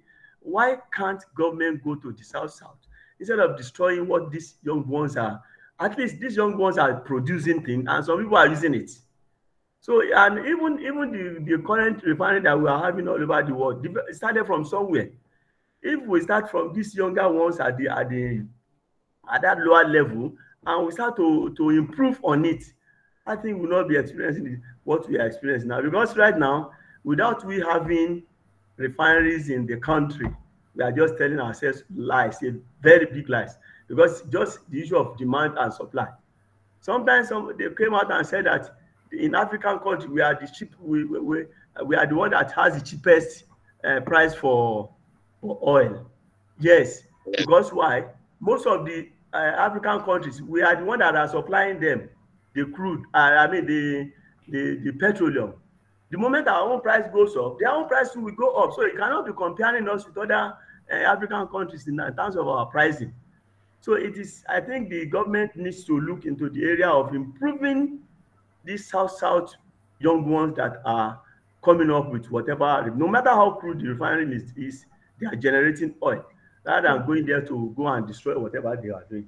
Thank you. Government can go together with them and get something out. Thank you so much. Thank you so much, Dr. Adegboyega. All right. So before Mr. Dan, thank you for that contribution too. Yeah. Before Mr. Danford answer the question you asked at first, I'm seeing Mr. Adebola Jabbar. Please unmute yourself and go ahead with your question so we can take it all at once. And if you have any question, you can please drop it on the chat box. We still have our host for today. He's still going to come to speak. Mr. Adebola Jabbar, you can unmute yourself. All right. Thank you, Madam Moderator. I appreciate you. And I also want to appreciate all the speakers. We have really gained so much from the presentation. My question is on the aspect of digital transformation. I listened keenly to the presentation by Mr. Olurantidiyan. And the question I have is, how can the present day accounting profession, how can we get on board with digital transformation? Because of course, we have all agreed that that is the in thing now, and we all must come on board. But how can we get on board, particularly on the aspect of data analytics? Yes, because yes, there's so much data available, to work with for managerial decisions, decision makings, planning, and all of that. But how can an accounting professional actually get started with learning data analytics techniques and then bringing that to the practice or to to his work as a professional? So that's my question. Because I think that data analytics, for what it is, will require a lot of analytical and statistical skills and tools. So how can we come on board? Okay, Thank thank you you. so much. Mr. Damfote Dobo, can you just shed more light on a question asked by Mr. Adeboyega Falabi? Then Yeah. Mr. Oluroti Dinyo, you would please answer this question on digital transformation within 1 minute, please. Thank you. Thank Allow you Mr. very much. Atunde to also talk. Okay, I can see Mr. Timothy. Oh yes, thank you so much for that. Please go ahead. Please hold on, Mr. Danford. Sorry about that. Mr. Timothy Eric Bemi, please unmute yourself and do ask your question. Mr. Timothy Eric Bemi, are you there? Okay, I'm not sure he's there. Okay, Hello, good morning, ladies and gentlemen. all right. Good morning, sir. We can hear you. It's my pleasure to join the forum. I am thrilled. Thank you for the enlightenment.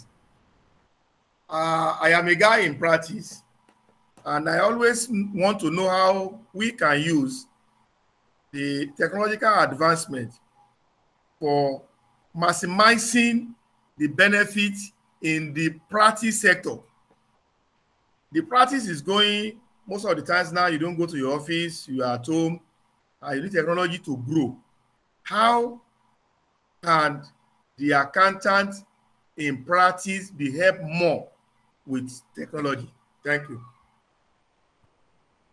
Okay, thank you so much, sir. All right, we forgot that question too is directed to Mr. Dinyo Luranti. But before you come on board, please, Mr. Danford, do answer the first question that was asked. Thank you. Then 1 minute, please.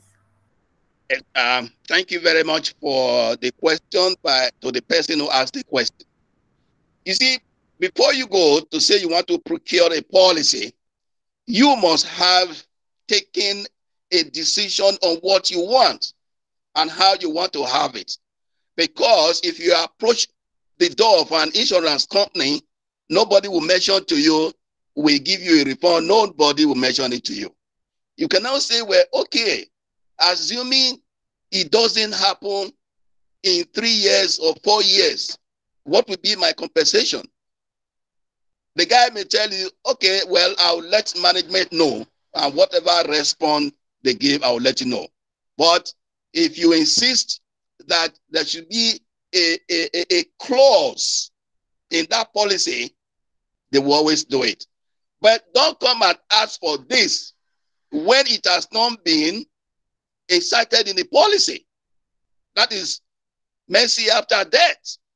Whatever you want, the condition, the clause you want must be incorporated into the policy document before you sign original receipt by me. That's number. Number two, about the pension of 25%. The law, as it is today, allows that you can draw up to 25% in your savings account. I was a member of a team. I did recommend nobody should even withdraw at all. At that point of retirement, what is certain now is income loss. Income is not coming.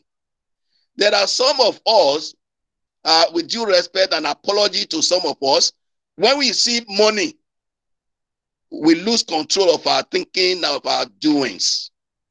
I would recommend that, okay, the 25%, take it and enjoy your monthly pension that should still be as reasonable as if you were what? You are still working. Do you understand this now? But people are agitating that no, 25% is not enough.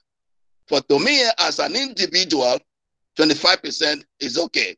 Go and learn how to prioritize your activities, your expenses, and then how to bring in more income.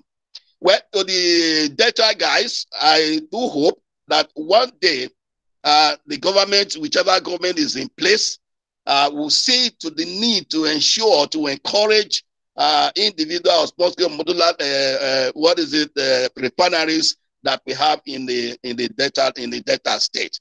But as it is, they have not gotten there.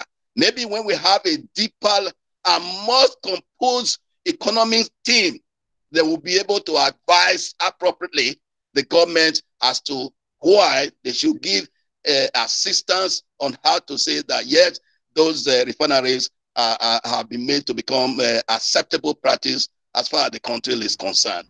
Thank you so much. Let's do advocate first in our individual fora to get it done. Thank you. God bless all. Thank you.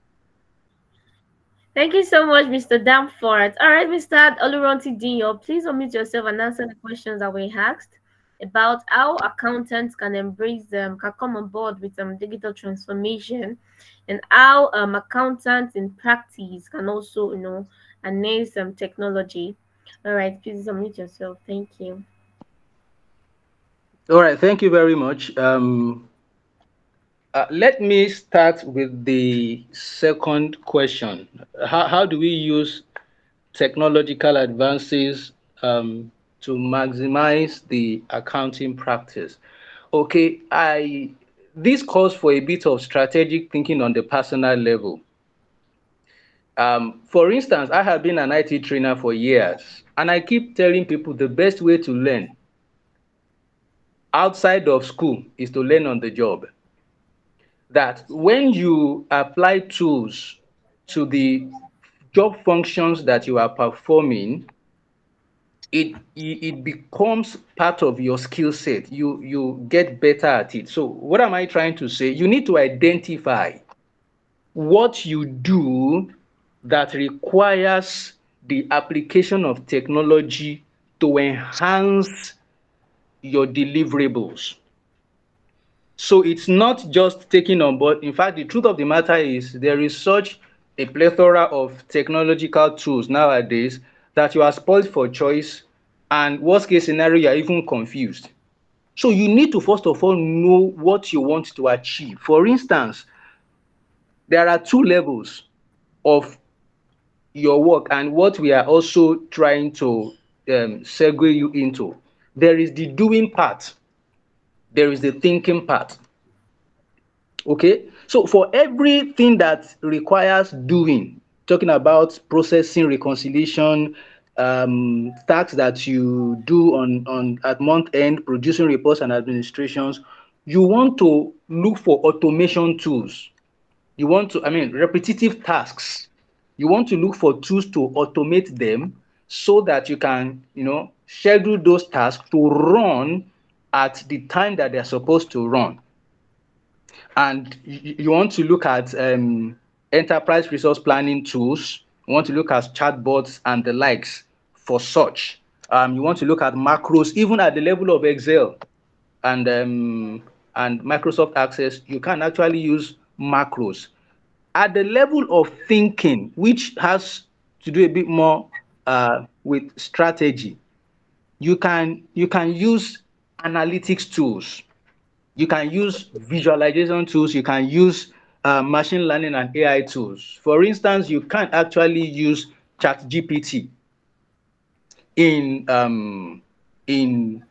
coming up with strategies. Even with its limitation, you need to just know the limitations of the tools that you are using and work around the limitations.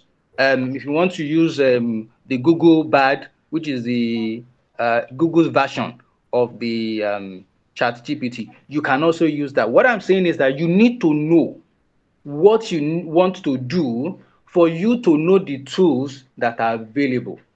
Okay, and there is so much that it will require a case by case, consideration for you to.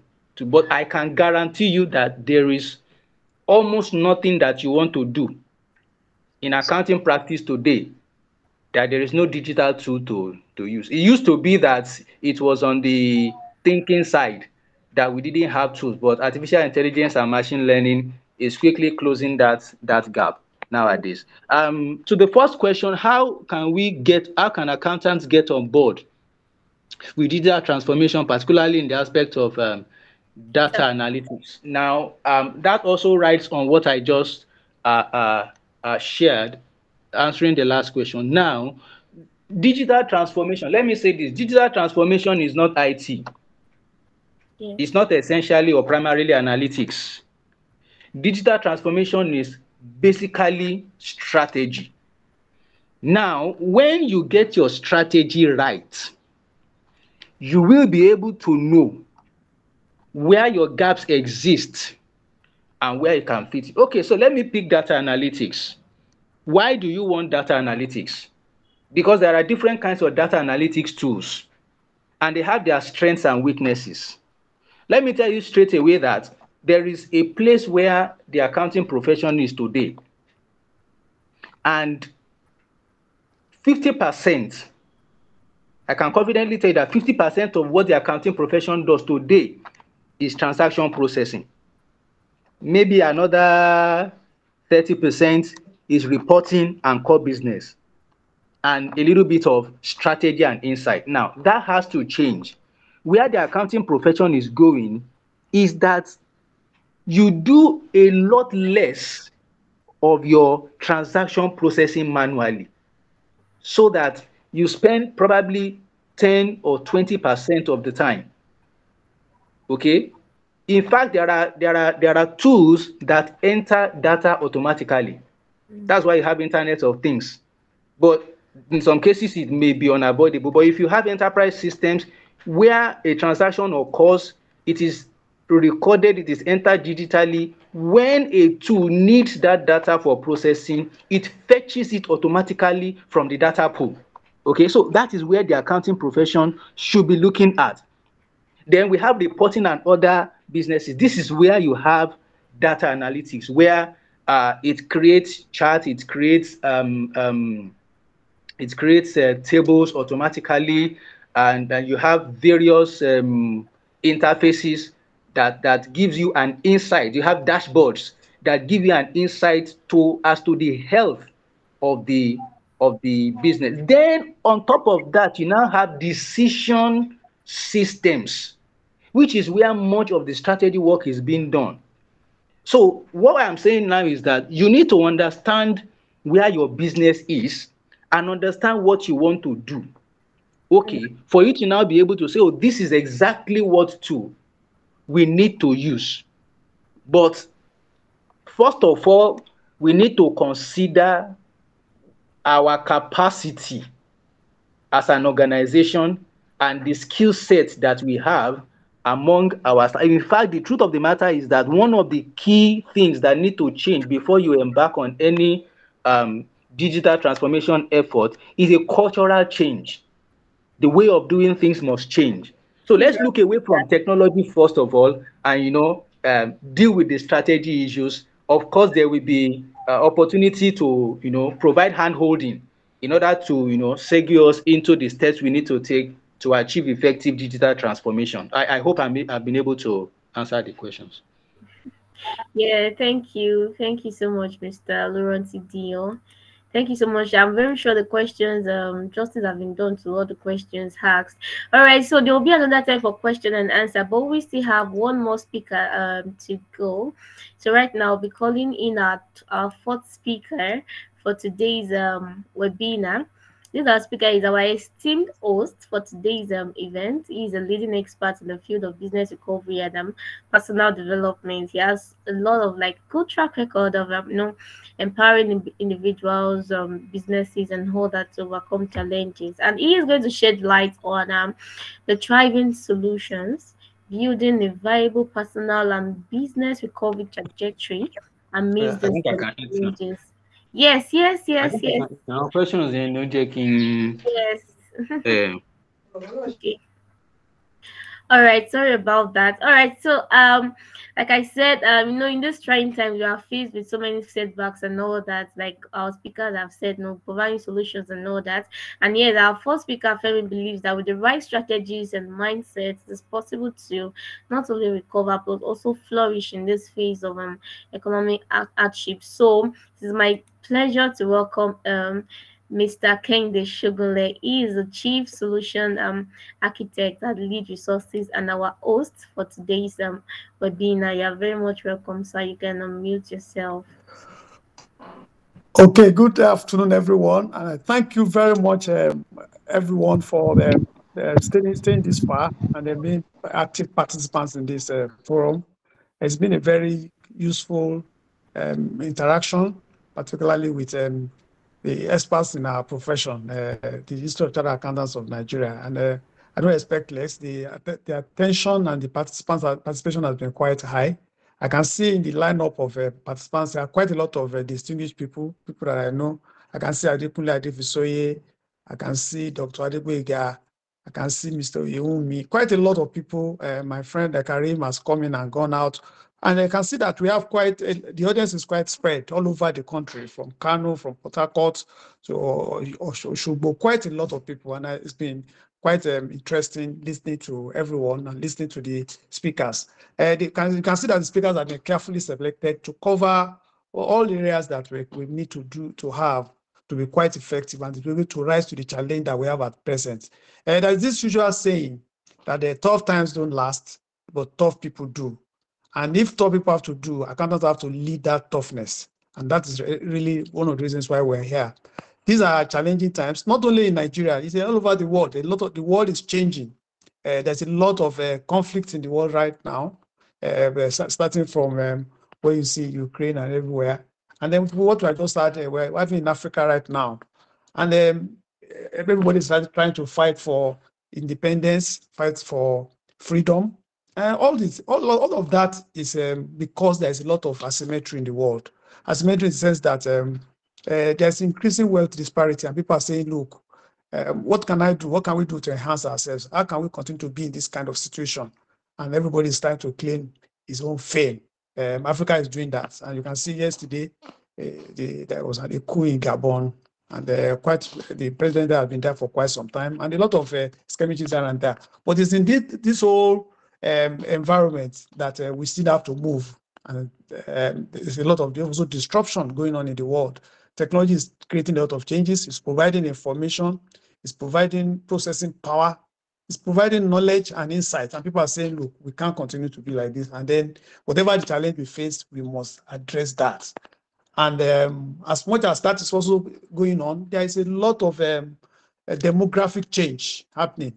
Demographic change in the sense that quite a lot of young people, and incidentally, most of these young people are in this part of the world. And then if you combine this demographic change with what is the destruction that is going on and the disparity and the asymmetry that is going on, you begin to see that there will be what I call forces that will also collide. And those are the forces that you see at present. That's also against the background of what Mrs. Oshun has mentioned around how we have managed our economy up to this point. The point is that probably since independence, we have not really managed our resources and economies well. Unfortunately, those of us in the profession have also been following the trend, and we have been on our lane most of the time. On our lane in the sense that we just limit ourselves to financial reporting, financial accounting, but we need to start getting on the decision lane. And that is what Mr. Dion mentioned about strategy, getting on that decision lane. But getting on the decision lane requires a deep understanding of the world. What is happening in the world today, and how can we cope? What's happening in the world can better be described by somebody, has been described by what somebody called VUCA. It's volatile, it's uncertain, it's complex, and it's ambiguous. And in that VUCA world is where we have to thrive. And so that's why we have to draw on so many intelligences to make this happen. And one of the major driving intelligence that is digital intelligence, is technology intelligence. And as much as possible, it's not just to now embrace it. And I know we accountants are also leaders in that. We also easily embrace what is required for our work. But what is now demanding us to do more is to do more than what is required for our work, is what is required for the survival of our organizations and for the survival of our country. And that's where this strategic insight comes to bear. And as we push on to get this strategic insight, we need to begin to have a mindset, and that's people have talked about that, a mindset around the fact that we can create the world that we actually want. And because we see the picture all the time, we see the picture for ourselves, for our organizations, and even for our clients, then we must be able to guide our people on what they need to do. And we must be able to give value-added services to them in a way that they will see that we are critical to the organization. Like we said, like somebody also said here, accountants are ubiquitous. They're everywhere. They're in every organization. And if the country has to move forward, we are the ones that will make it move forward. I would like to say also, what we are expressing now is not new to Nigeria. We have had this kind of distortions before. And there are winners and there are laggards. I can say that in the banking industry, particularly in the early 90s, when the exchange rates moved from 1 to 1 to like 1 to 4, a lot of adjustment happened, a lot of arbitrage, they responded, a lot of arbitrage happened. But what you will see is that we have seen in particularly 3 industries, people responding to changes in the economy by adopting technology or adopting digital in banking, in technology, and in oil and gas. Maybe those are the areas where the value is. But what I'm saying is that irrespective of the sector in, if you know what has to be done strategically, you can actually thrive. Just like banking has changed from a tally number to app now, to transfer app now, and everything has just changed. In other things that we do, either in governance, either in even in practice, or either in the manufacturing, we sufficiently or significantly imbibe technology and apply it in a strategic way, beyond transaction processing, beyond reporting, to beyond doing to thinking. Then we can begin to make some fundamental changes in our organizations and in our lives. And that's what is calling for what we call a solution orientation. That solution orientation must come on with the fact that we as individuals must see ourselves as the change makers, as the change drivers. And from that, we also must be aware that as change drivers, we have a responsibility to take action on some areas. And in taking that action, we must understand that one of the major actions we must take, either in our organizations or in the organizations of our clients, or in our own personal lives, is about what we call modeling, the business modeling. A lot of us run existing models and we struggle with those models. At the end of the day, we are not able to create a C-wave change.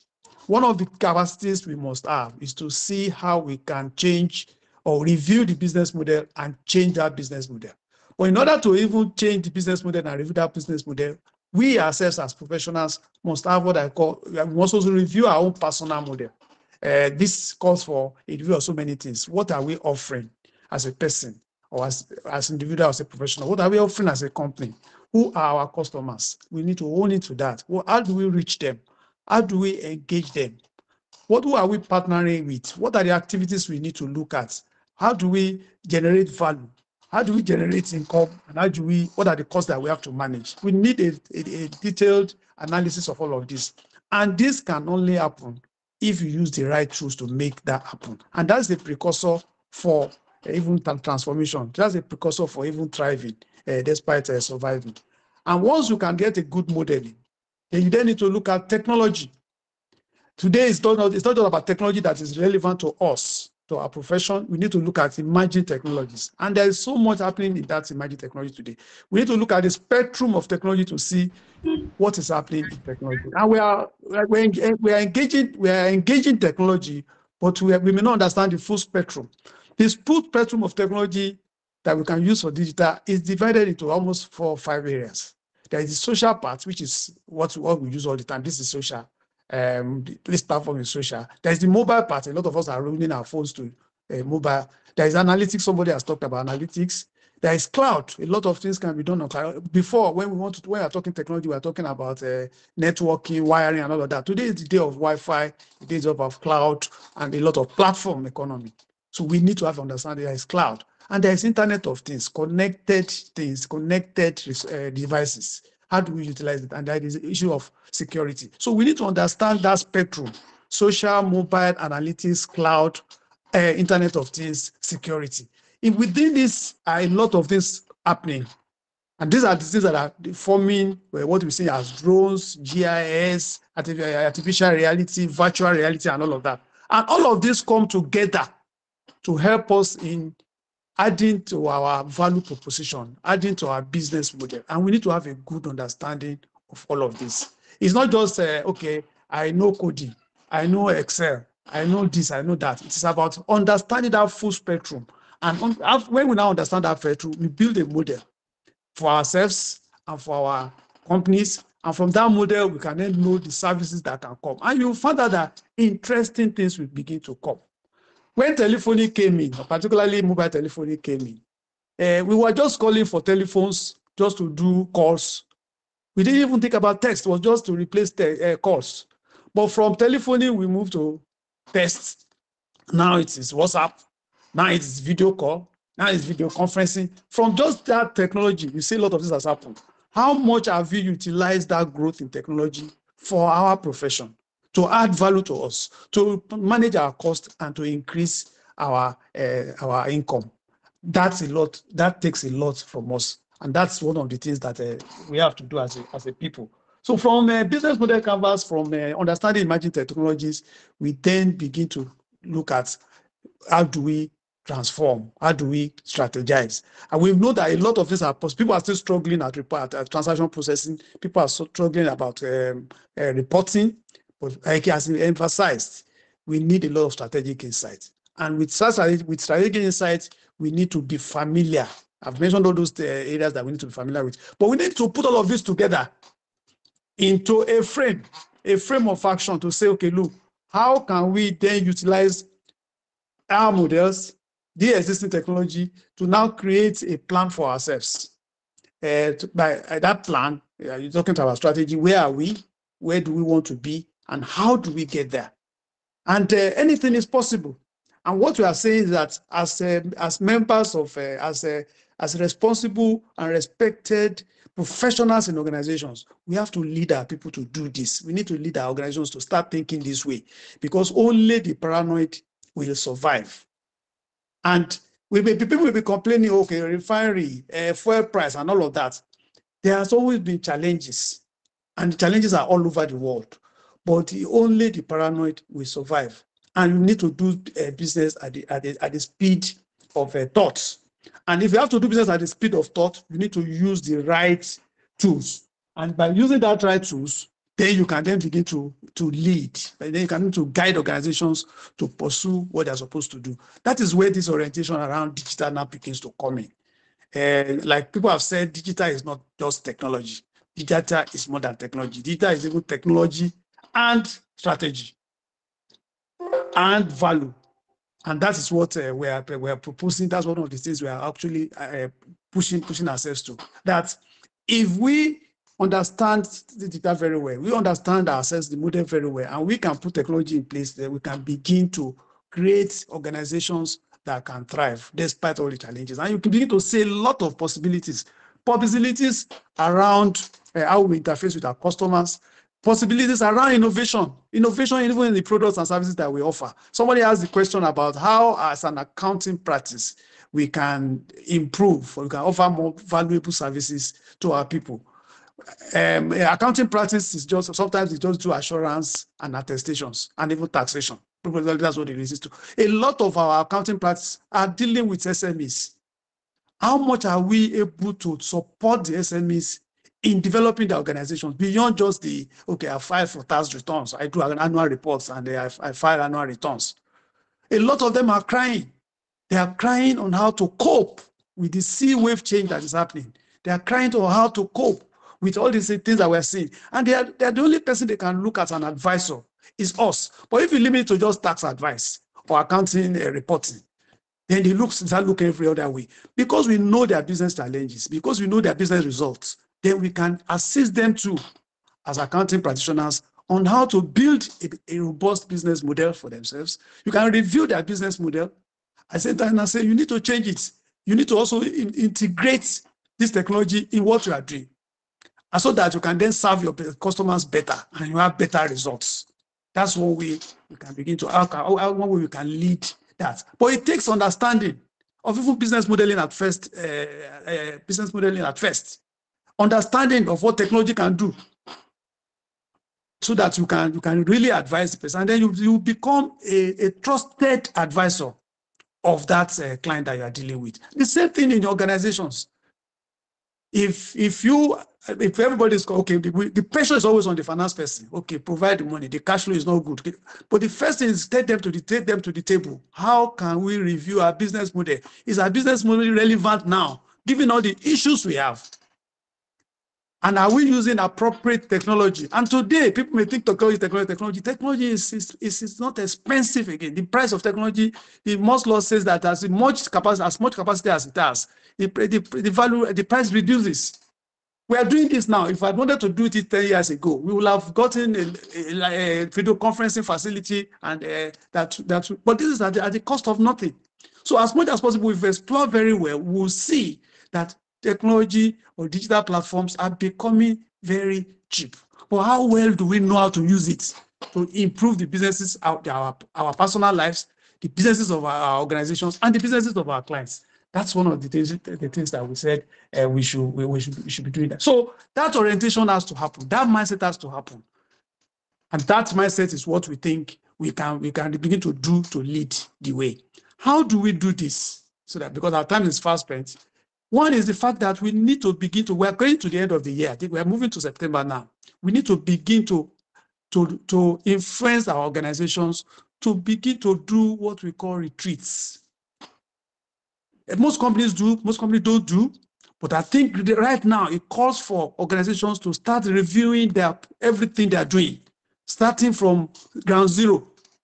And in that, accountants can influence a lot of things that can happen. Get your management team together, get a facilitator, and let them take us through a process that reviews the fundamentals of the organization, looks at the environment, what is happening in the world, looks at emerging technology, and then they can build up strategic insights and strategic direction going forward. That is one of the key values that we can have. But in order to be able, as even the retreats, just the retreats or the engagements over a period short of time is just a part of it is the implementation becomes also very important. And then we need to then begin to have what I call capacity for implementation, because you can decide so many things you want to do. You can, but how do you do it? And even one of the things that has to happen with it is that you must have, organizations must begin to have a clear vision, a clear mission. What is it that we are offering humanity? How are we offering it? How are we different from competition? Those things, most organizations exist without being able to define that. At the end of the day, they get tumbled here and there by whatever is happening. But once you have a clear focus, you will see, and a clear vision, you will see that you can then begin to marshal forces, resources, personnel, and even build the culture that will support the vision and mission that we want to have. But this can only happen with a retreat. And I think when we say leading the way, we believe that with this awareness, we lead, particularly accountants having been critical to organizations, can begin to direct them to say, look, let's get together and review this business again in view of the challenges that are in our environment. And I think that creates a good opportunity for us to help. The second part is the fact that we need to build our capacities. We need to, our curriculum as professionals and what we learn in the continuing professional examination, continuing professional education is limited to technicalities. How to do this better, how to do this better. Now, we need to start looking at building capacity for this strategic thinking that we're talking about. And we can have in-depth sessions, workshops, even webinars like this. This is just an introductory webinar. There are in-depth sessions that can go and delve more into what are the tools you need to even digitally transform. What are the tools, how do you build business models that win? All of us have been we're using Google. This is Google Meet, for example. Google was just an emailing platform before. Today, they have turned themselves into a conferencing platform. They are not marketing us, but we are finding that tool usable, and we are using it. They provided it free of us for all. Now we're paying for it. So all of these innovations come because people are reviewing their models regularly. One of the things we have to do regularly for our organizations is to review business models and make sure that we use technology to drive it. That can only come through capacity. And some of these capacities are available to us right now, and people can offer the development of those capacities are available to us right now. So we're just saying that putting everything together, let us begin to look at we operating in a new world. We need to then become what I call digital accountants or digital game changers, digital transformers, so that we're not just limited to and then go take people through the processes, take our clients through that process, because they said when the doing gets tough, the tough gets going, and tough times don't last. Tough people do. The toughness of people will come from the capacity and the competence that they have. We come from the awareness that they have. And we believe that accountants have the tendency to acquire that capacity quite quickly, given their orientation, given their thinking, and given their capacity, the competencies that they have, so that we can begin one by one, begin to lead organizations where they are how to cope with challenges that we're facing. I know that some of us here are actually also working for government, because we're asking, how does this relate to us? Every agency of government has a value proposition, has a model they are running. Unfortunately, we just do the same thing all over, and we wait for any government in power to come and direct us. I think this is the time for us, particularly for those of us that are in government, to begin to lead in creating solutions for our different agencies. There was a process we followed at the time. We call it the solution convergence for government agencies. Every agency has stakeholders, has customers that they deal, multi-customers that they deal with, and has a lot of resources that guide them. But we need to begin to review all of this and begin to propose to the political appointees what needs to happen. Because you cannot expect somebody that has not been in that system for quite some time to come and create C-wave changes. It's not going to happen. So we are the ones, particularly, that would be able to showcase to them, this is what we have been doing before. We have actually also done this kind of review, and we believe that this is the way for us to go forward. It also utilizes those competencies we're talking about. Competencies about building models, building particularly support models that work, utilizing technology, utilizing emerging technology. The government are using portals now to deal with citizens. You see what's happening with the embassies. You don't even go there for interviews again. You just submit a document, and every assessment is done, and they return it back to you. How many of us can interface with government using portals? How many of your agencies are using portals? That's using technology. E-governance is becoming very critical now. So how can we lead government to do e-governance? And using e-governance requires digital transformation skills. So I think along the line, from what you have said, the issues are very clear. One is the fact that we need to be familiar with technology. Two is that we need to build our skills particularly in building business models, in using emerging technology, and in creating digital transformation plans. We need to then utilize all of this to create value-added services, whether we're in industry or in government or in practice. We need to utilize all this knowledge to create services, and you need to utilize all these evil technologies again to build relationship with all the constraints that we deal with. There's a whole lot of technology that's available now in building what we call customer engagement or stakeholder engagement or customer experience that we may not know, but it's happening right now. And with all the AI and all of that, if you use Facebook, people who use Facebook regularly or even Instagram regularly, let's see how people are managing you. You have some friends, and they will just suggest these people can also be your friends. There's a lot of machine learning, there's a lot of artificial intelligence that is being put to use. We can, just like they are using it for their businesses, we can as well use it for our own businesses. We just then believe that for change to happen, for us to cope and for us to thrive and for us to move into the next wave, because this one wave, in a wave normally has a set of highs and a set of lows. We are in the lows now. We are going to move into the next wave. As we are preparing to move to the next wave, accountants have a big role to play. They have to transit from transaction processing, reporting, to strategic insight. And in getting strategic insight, they can only take it through following a disciplined digital transformation process. In following that disciplined digital transformation process, they need awareness, they need training, they need deliberation. And then you can then design what can work. And that what can work also is not just a permanent design, it's something iterative, something that is even continuous. Once that mindset is built, once that culture of innovation and iteration is built into an organization, then we can begin to build organizations and people that will thrive in spite of all the challenges that we are facing. So really what the call to action for us is, we need a lot of awareness in this area. We need about building organizations that can thrive, and that can only come through adopting digital transformation principles. We can deliberate using retreats. We can also have some more sessions like this, where we're going to deep dive into the elements of that. And we'll see that this interaction will be life-changing. It will take us, it will preserve what we have, grow it, and create new opportunities for us not only for us as individuals, but for our companies, for the organizations that we serve, and the final analysis for the economies that we operate in. I think it is on this note that I will say I thank you very much for listening. We are partners in progress, and let us continue to work together to make sure that we create an environment that will fulfill the yearnings and the needs of each and every one of us. Thank you very much. Thank you so much, Mr. Kende Shugule. That was actually so insightful. So much to take on my business model, digital transformation, and so many more value that has been really shared here. Thank you so much, sir. All right. So, is there any question from anybody? Any contribution? Please kindly signify by raising up your hands. And also note that I sent a link to our chat box.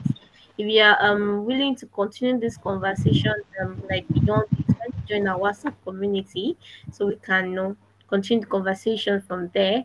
And also if you are also really intentional about knowing how to do these things, that business model Canva and all that, we might be organizing a workshop. And please, I'm going to send the link there to share your viewpoints and every other things that you want to share to identify your strength and weakness. And if you need help for us to help you, plan and to plan and overcome these challenges, can you also fill out the form or also join our WhatsApp community? All right. So, is there any question? Okay, I can see one hand raised of Dr. Adeokuta Falabi. Can you unmute yourself and go ahead with your question, please? Yes. Thank you, Madam Moderator.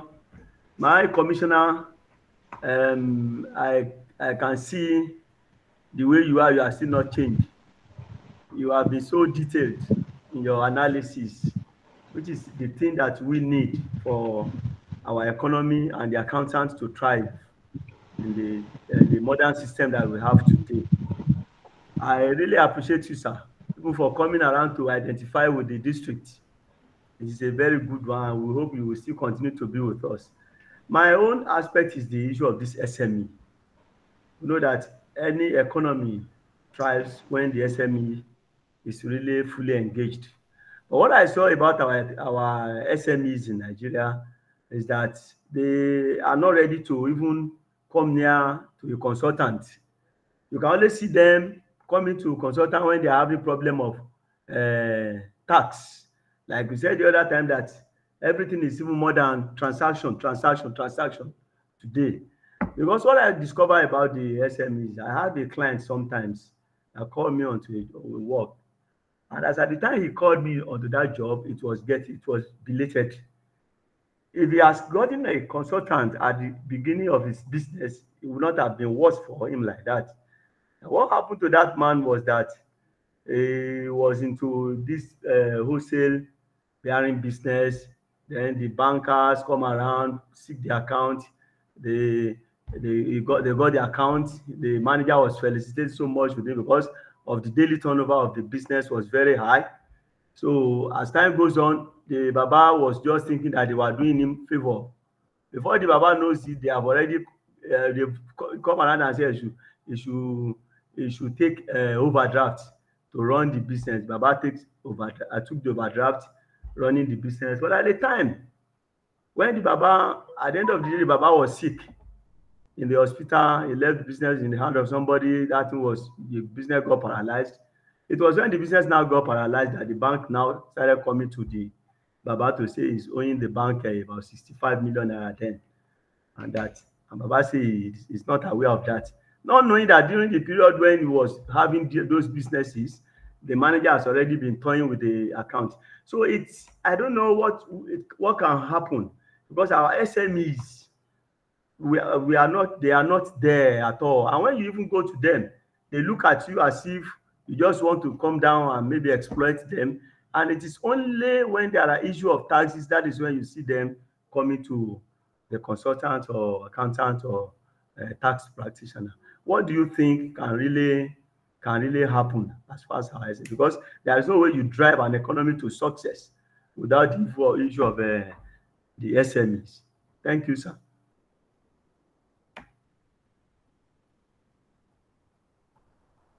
Okay. Thank you. Yeah, thank you. That's only one. Okay. Thank you very much, Dr. Adeokuta. You're always very analytical and precise. Very straightforward. The SMEs are quite critical to the development of the country, to the economy of the country, and quite a lot of them are there. 65 million of them, and you can't joke with SMEs. And so that's why we say we should chat. We need to. We as accountants need to help them, not just when they call us for those services, but even when we see an SME, we can do what I call invasive consulting. When we see an SME thriving or thriving, we can actually say, look, come, what is your model? What are you working on? What are the risks that you can have?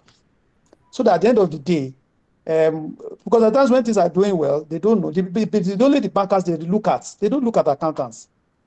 Because that they see accountants as only offering just those basic taxes and reporting, not business development. And I think this is what is calling for a line of business that we can do, business development. Bankers go and visit SMEs, the clients, and say, look, how can we help you? We can be scheduling meetings with SMEs to say, how can we help you? How are you coping with the economic challenges that we are facing now? They will complain. Because we have a frame of reference, we have understanding of what is going on, we can better enlighten them and say, these are the things you need to do. And then begin to probably even tie, so because sometimes they run away from fees, but begin to tie our performance, our compensation to results, so that they begin to see that we are not just there to get fees from them without having results. We begin to do that kind of intervention with them. So we need to go out more proactively to identify the SMEs that have high potential, even the ones that are starting with us, and then see how we can offer services to them. Some development organizations have been doing quite a lot of work on growing SMEs. I know GIC, we work with them very closely. I've been doing a lot of work as people having business ideas. How do they structure SMEs properly? Because one of the major things that happen is that people want to set up business, but they don't even know how to start. They don't know how to register. They don't register. They don't build a business model. They don't build succession planning. They just start, and then somebody is doing it successful and they start. But we need to be encouraging the ones that are doing business to do it properly. Register, register, NAFDAC, CAC, all of them do it properly. In your interaction with banks, make sure you get advice. Don't just go and do it alone. When they are offering you facilities, call for advice. Show yourself as partners to them, not as just somebody who just provides attestation or confirmation assurance services or taxation services. As people who are with them in building their business to grow, and then begin to raise issues of, look, what of capacity, what of people, what of succession, what of the risks, like risks that Mr. Edobo mentioned. What of risks? Are you taking care of all of this? These are all necessary, because when the shocks come, you will not be able to survive. Shocks can come from the economy broadly, like we have seen. It can also come from not managing the finances very well, or some of the smart things that the banks are doing. So these are the ways we need to proactively pursue SMEs. Some of us are also pushing, apart from the transformation side, we're also pushing what we call local economic development. Local economic development also has a lot to do with SMEs in communities thriving. There are so many opportunities that we don't have people configuring to do. People just follow a line of business that everybody has been doing. If they look at the environment very well, they can create businesses, and we can guide them, even looking at our communities to say, why is this business not here?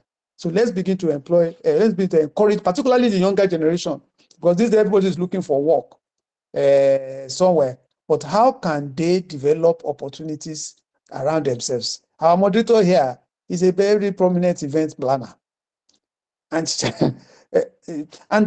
it's part of his moderation, part of the skills that he's offering here. It's part of she does at event planning. So how can they see the opportunity for things like this happening, and then key themselves to it? So we need to handhold. We need to handhold them. We need to incubate them. We as accountants need to be incubators of SMEs, and then plan them how to set up, how to scale, and how to grow. Thank you very much, Mr. Dr. Afolabi. Thank you so much, Mr. Kehinde Shugule. I'm sure that question was likely justice has been done to that question. Thank you so much, sir. All right, is there any other question from anybody? Any other contribution? Any other things you like to share? Any other question you love to ask? In few minutes, in just 1 minute, you can please just signify by raising up your hands. And also, please don't forget, if you want to take this conversation to the next level, kindly join our WhatsApp unit or fill in the form that was sent there. Okay, in the absence of no question, I would like our first speaker, Mrs. Folashade Oshun, to please, there's anything you want to just say to just wrap up this webinar. Oh, okay. I can see. Oh, I can see our amiable chairman raising up his hand. Please unmute yourselves and quiet. Thank you, Mr. Tunde. Hello, my moderator. Yes, sir. Hello, good Yeah. afternoon, Madam Moderator. Good Hello. afternoon, sir. More, yeah, we are hearing you loud and clear, Yeah, sir. good afternoon. I Yes, sir. don't know. I don't know. I don't know. Are you trying to end the webinar just like that? No, Is it no, no, going of to the course end like that? not. No, of course Eh? Is it going to end like that? So I don't know. I just want to chip in one or two things. Okay, go ahead, sir. Yeah. When Mr. Ken Shobile was lecturing us, though I'm not surprised. I know his style. He, when he was talking about solution orientation, he mentioned one acronym. I can't get it to a focal, is it volatile, something like that. So I want him to Okay, explain more on that okay, acronym before Okay. okay, we close for today.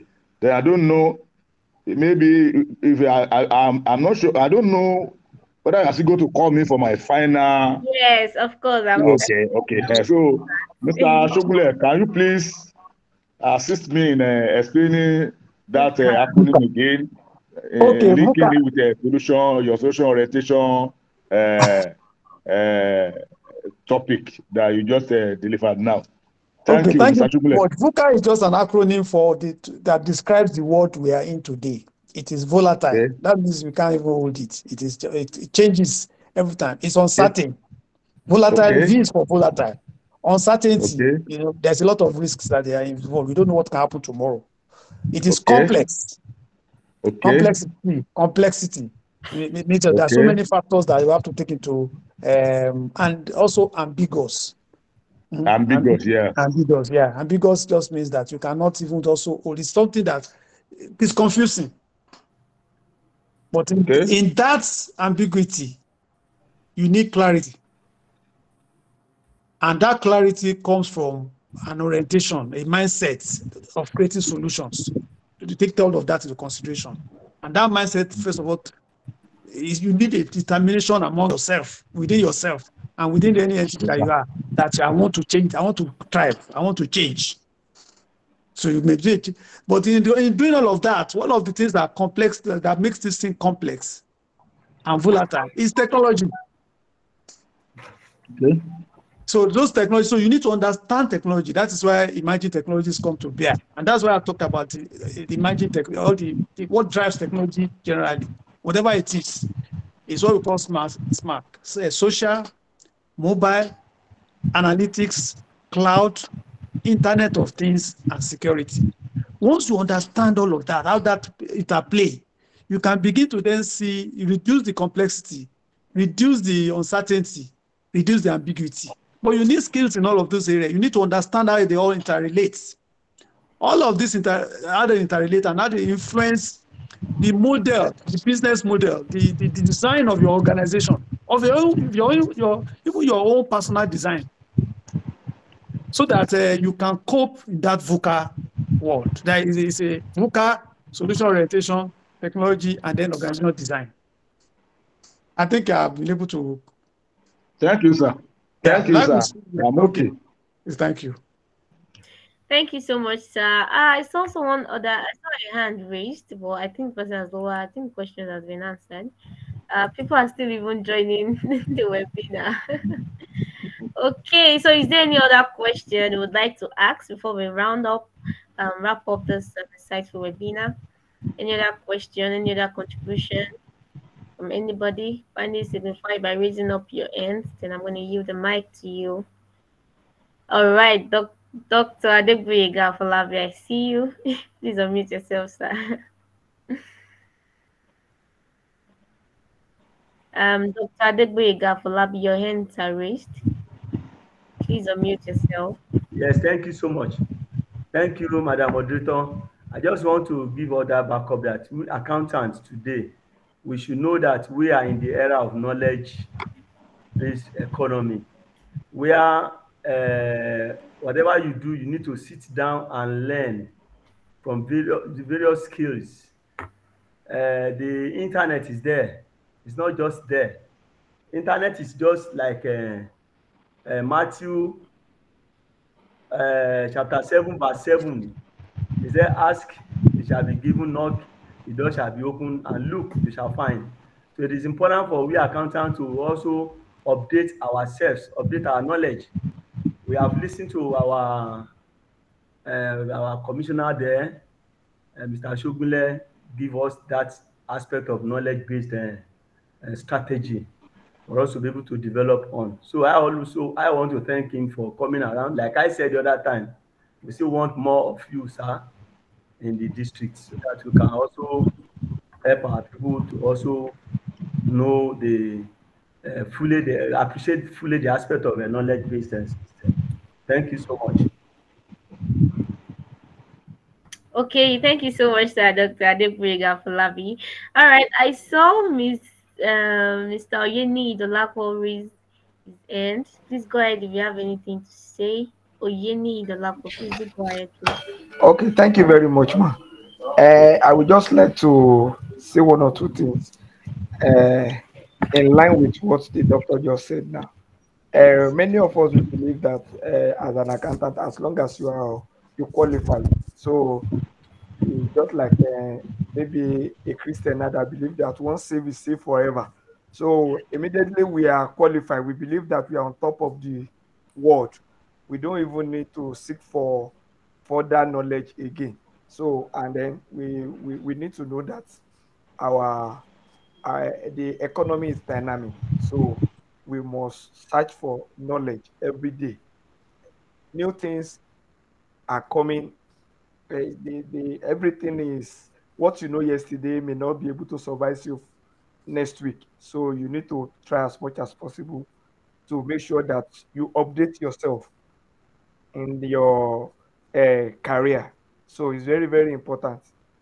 Everything we need, like as a doctor said, is online. The only thing that I think is not online is the coming of our Lord Jesus Christ. That's the only thing you may not know the time. But every other thing you want to know is already there. So we should try as much as possible to seek for more knowledge. Thank you.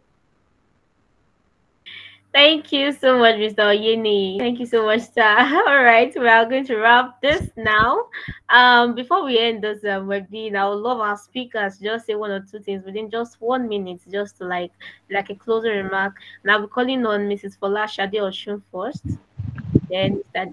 Dio, then Dr. Danford Edobo, then our amiable host for today, Mrs. Fola Shade Oshun. Please unmute yourself. You're still on this call. Okay. All right, Mr. Dino Laurent. I'm not sure she's still on this call. All right, Mr. Laurent C. Dino, please unmute yourself for just a brief closing remark. Okay, thank you very much, Florence. And I want to say a big thank you again to the chairman and all other members of ICAN, Abeokuta District Society, for having us today. And as we did discuss, we are seeing the role of accountants even now. The future is here, and the role of accountants is transiting from financial management to one of strategic importance, using technology to enhance services and to keep clients. Accounting has a history of automation, and I'm not surprised, but it will continue to automate. The only difference is that the focus will now shift from operational finance to financial insights. And so we will see finance focusing more on service analytics and business insights, which all will help the businesses to redefine models from time to time and which require new capabilities. And so this actually touches on the skills framework of the profession in Nigeria. There's a need to keep identifying emerging skills that are required in the industry, and to shift to advisory skills, okay, such as business partnering, innovation, improvement, model development, and all of that. So I do believe that there's a very bright future, particularly because as an accounting professional, if you are able to provide your fundamental uh, role and you are still able to add, other value to an organization, I believe that you will always be relevant and you always be in demand. And I just want to assure you that lead resources and high performance are here to help you develop your capacity as you go on in your career, to embrace new technology, to develop your skills, to provide value-added services to your organization and your clients, and to help you build strong relationships that will keep you in touch with what is really happening in your business environment. Thank you very much. Thank you so much, Mr. Dinyo Lawrence. Okay, Mrs. Olashade, I see you, but please, before you go ahead, I'm seeing Larry Babatunde hands raised up.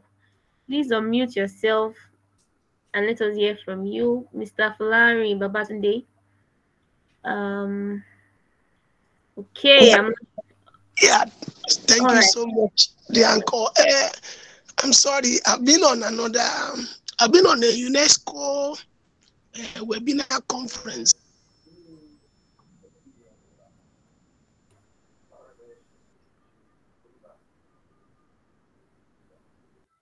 Okay, Mr. Fulari, we can't hear you well. I think there's network glitches on your end.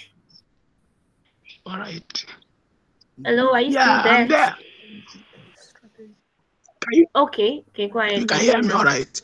I said I'm so sorry that I couldn't join on time because I was on a webinar UNESCO conference since. So immediately we finish, I'll quickly run back to this bit, but it seems that we're almost finished there. So I couldn't capture most of the things that were said there. But I want to believe that, well, I will get in touch with you maybe to see how I can capture some of the content of this conference. Thank you very much.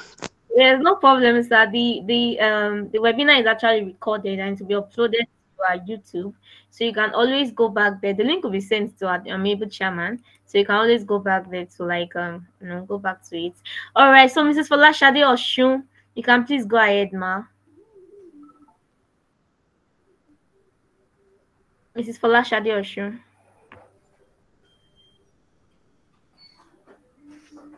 Mrs. Folashade, okay. I'm sure the network is really, really bad on our end. Okay, so Mr. Danfortedob, our third speaker, please go ahead and give a very short closing remark, just 1 minute. Okay, thank you very much. Congratulations to everyone for the success of this webinar. I would like to conclude by saying that in order for us to be successful in this period, we need to invite the principle of self-discipline. Self-discipline will always take us out of the woods.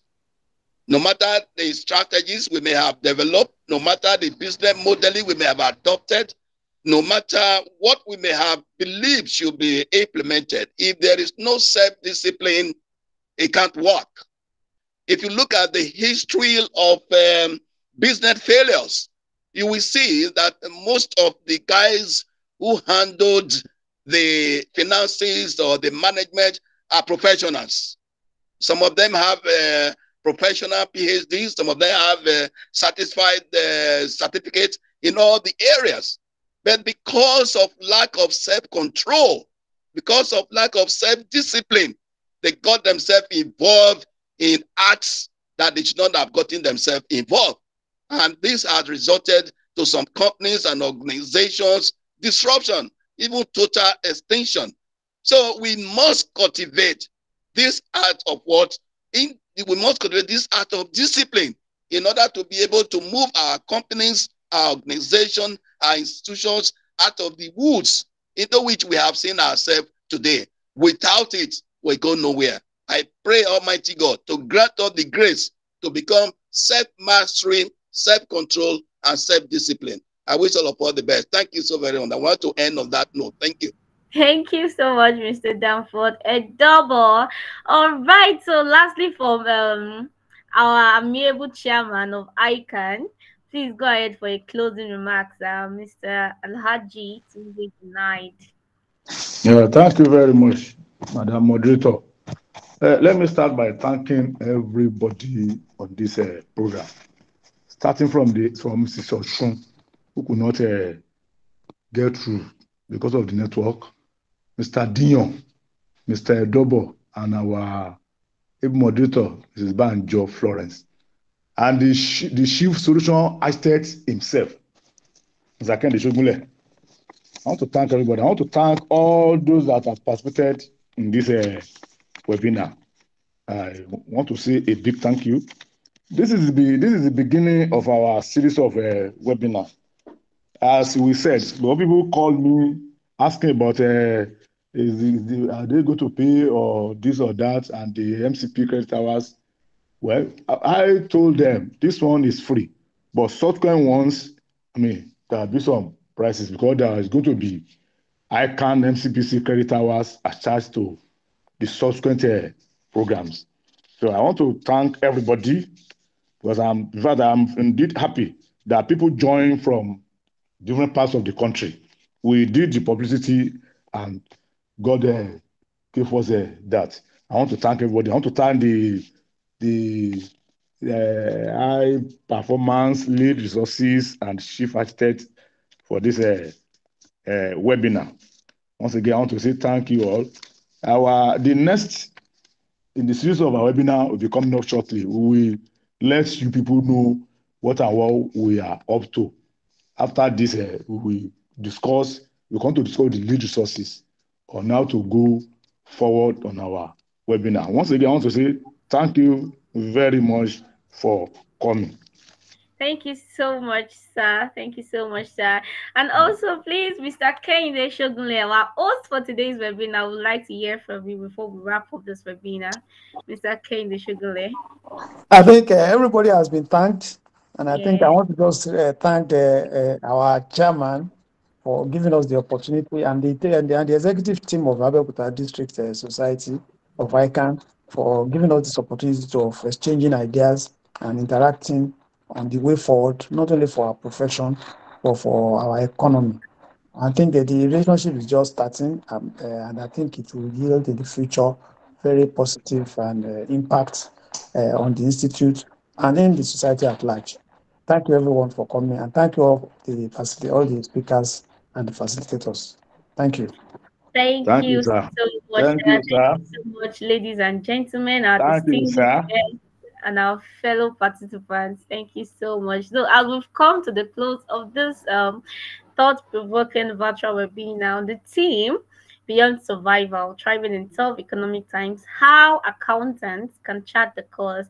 And I'm very sure we are truly inspired by the depth of insight and valuable discussion that we have witnessed here today. And throughout this time of our this webinar, I'm sure we've seen that we explore strategies, share the experience and delve into pivotal role that accountants play in not just navigating through these economic challenges, but also steering and pushing organization, businesses, and all that to growth and prosperity. So as we wrap up this event, let us also remember that the road to success is not smooth. It is during these tough economic times that true leadership, innovation, and adaptability shine the brightest. So let us carry the ideas that have been exchanged here and impact it in every sector we find ourselves, because we know that underscore the fact of challenges are opportunity in disguise. So by embracing change, harnessing technology, like we've all said, cultivating a procreative mindset, accountants can not only guide organizations through uncertainty, but also lead them to new heights and growth and achievement. Thank you so much, everyone, and I encourage And I encourage also that every lesson that we learned here, let us take it to our respective roles and also impact it in every sector we find ourselves. Thank you so much for your active participation in this webinar. Thank you for your engagement. We really appreciate. God bless you and have a good day ahead. Amen. Thank you. Thank you very much. Amen. Amen. Amen. Thank you very much. Bye. Amen. Amen. Thank you. All right. Thank you very much. Thank you. Bye-bye. Bye. Bye. Yeah.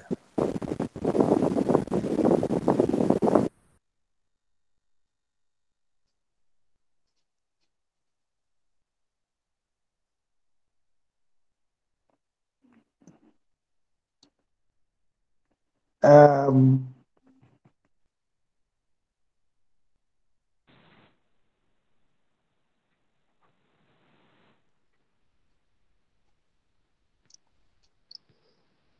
Your Excellency, sir.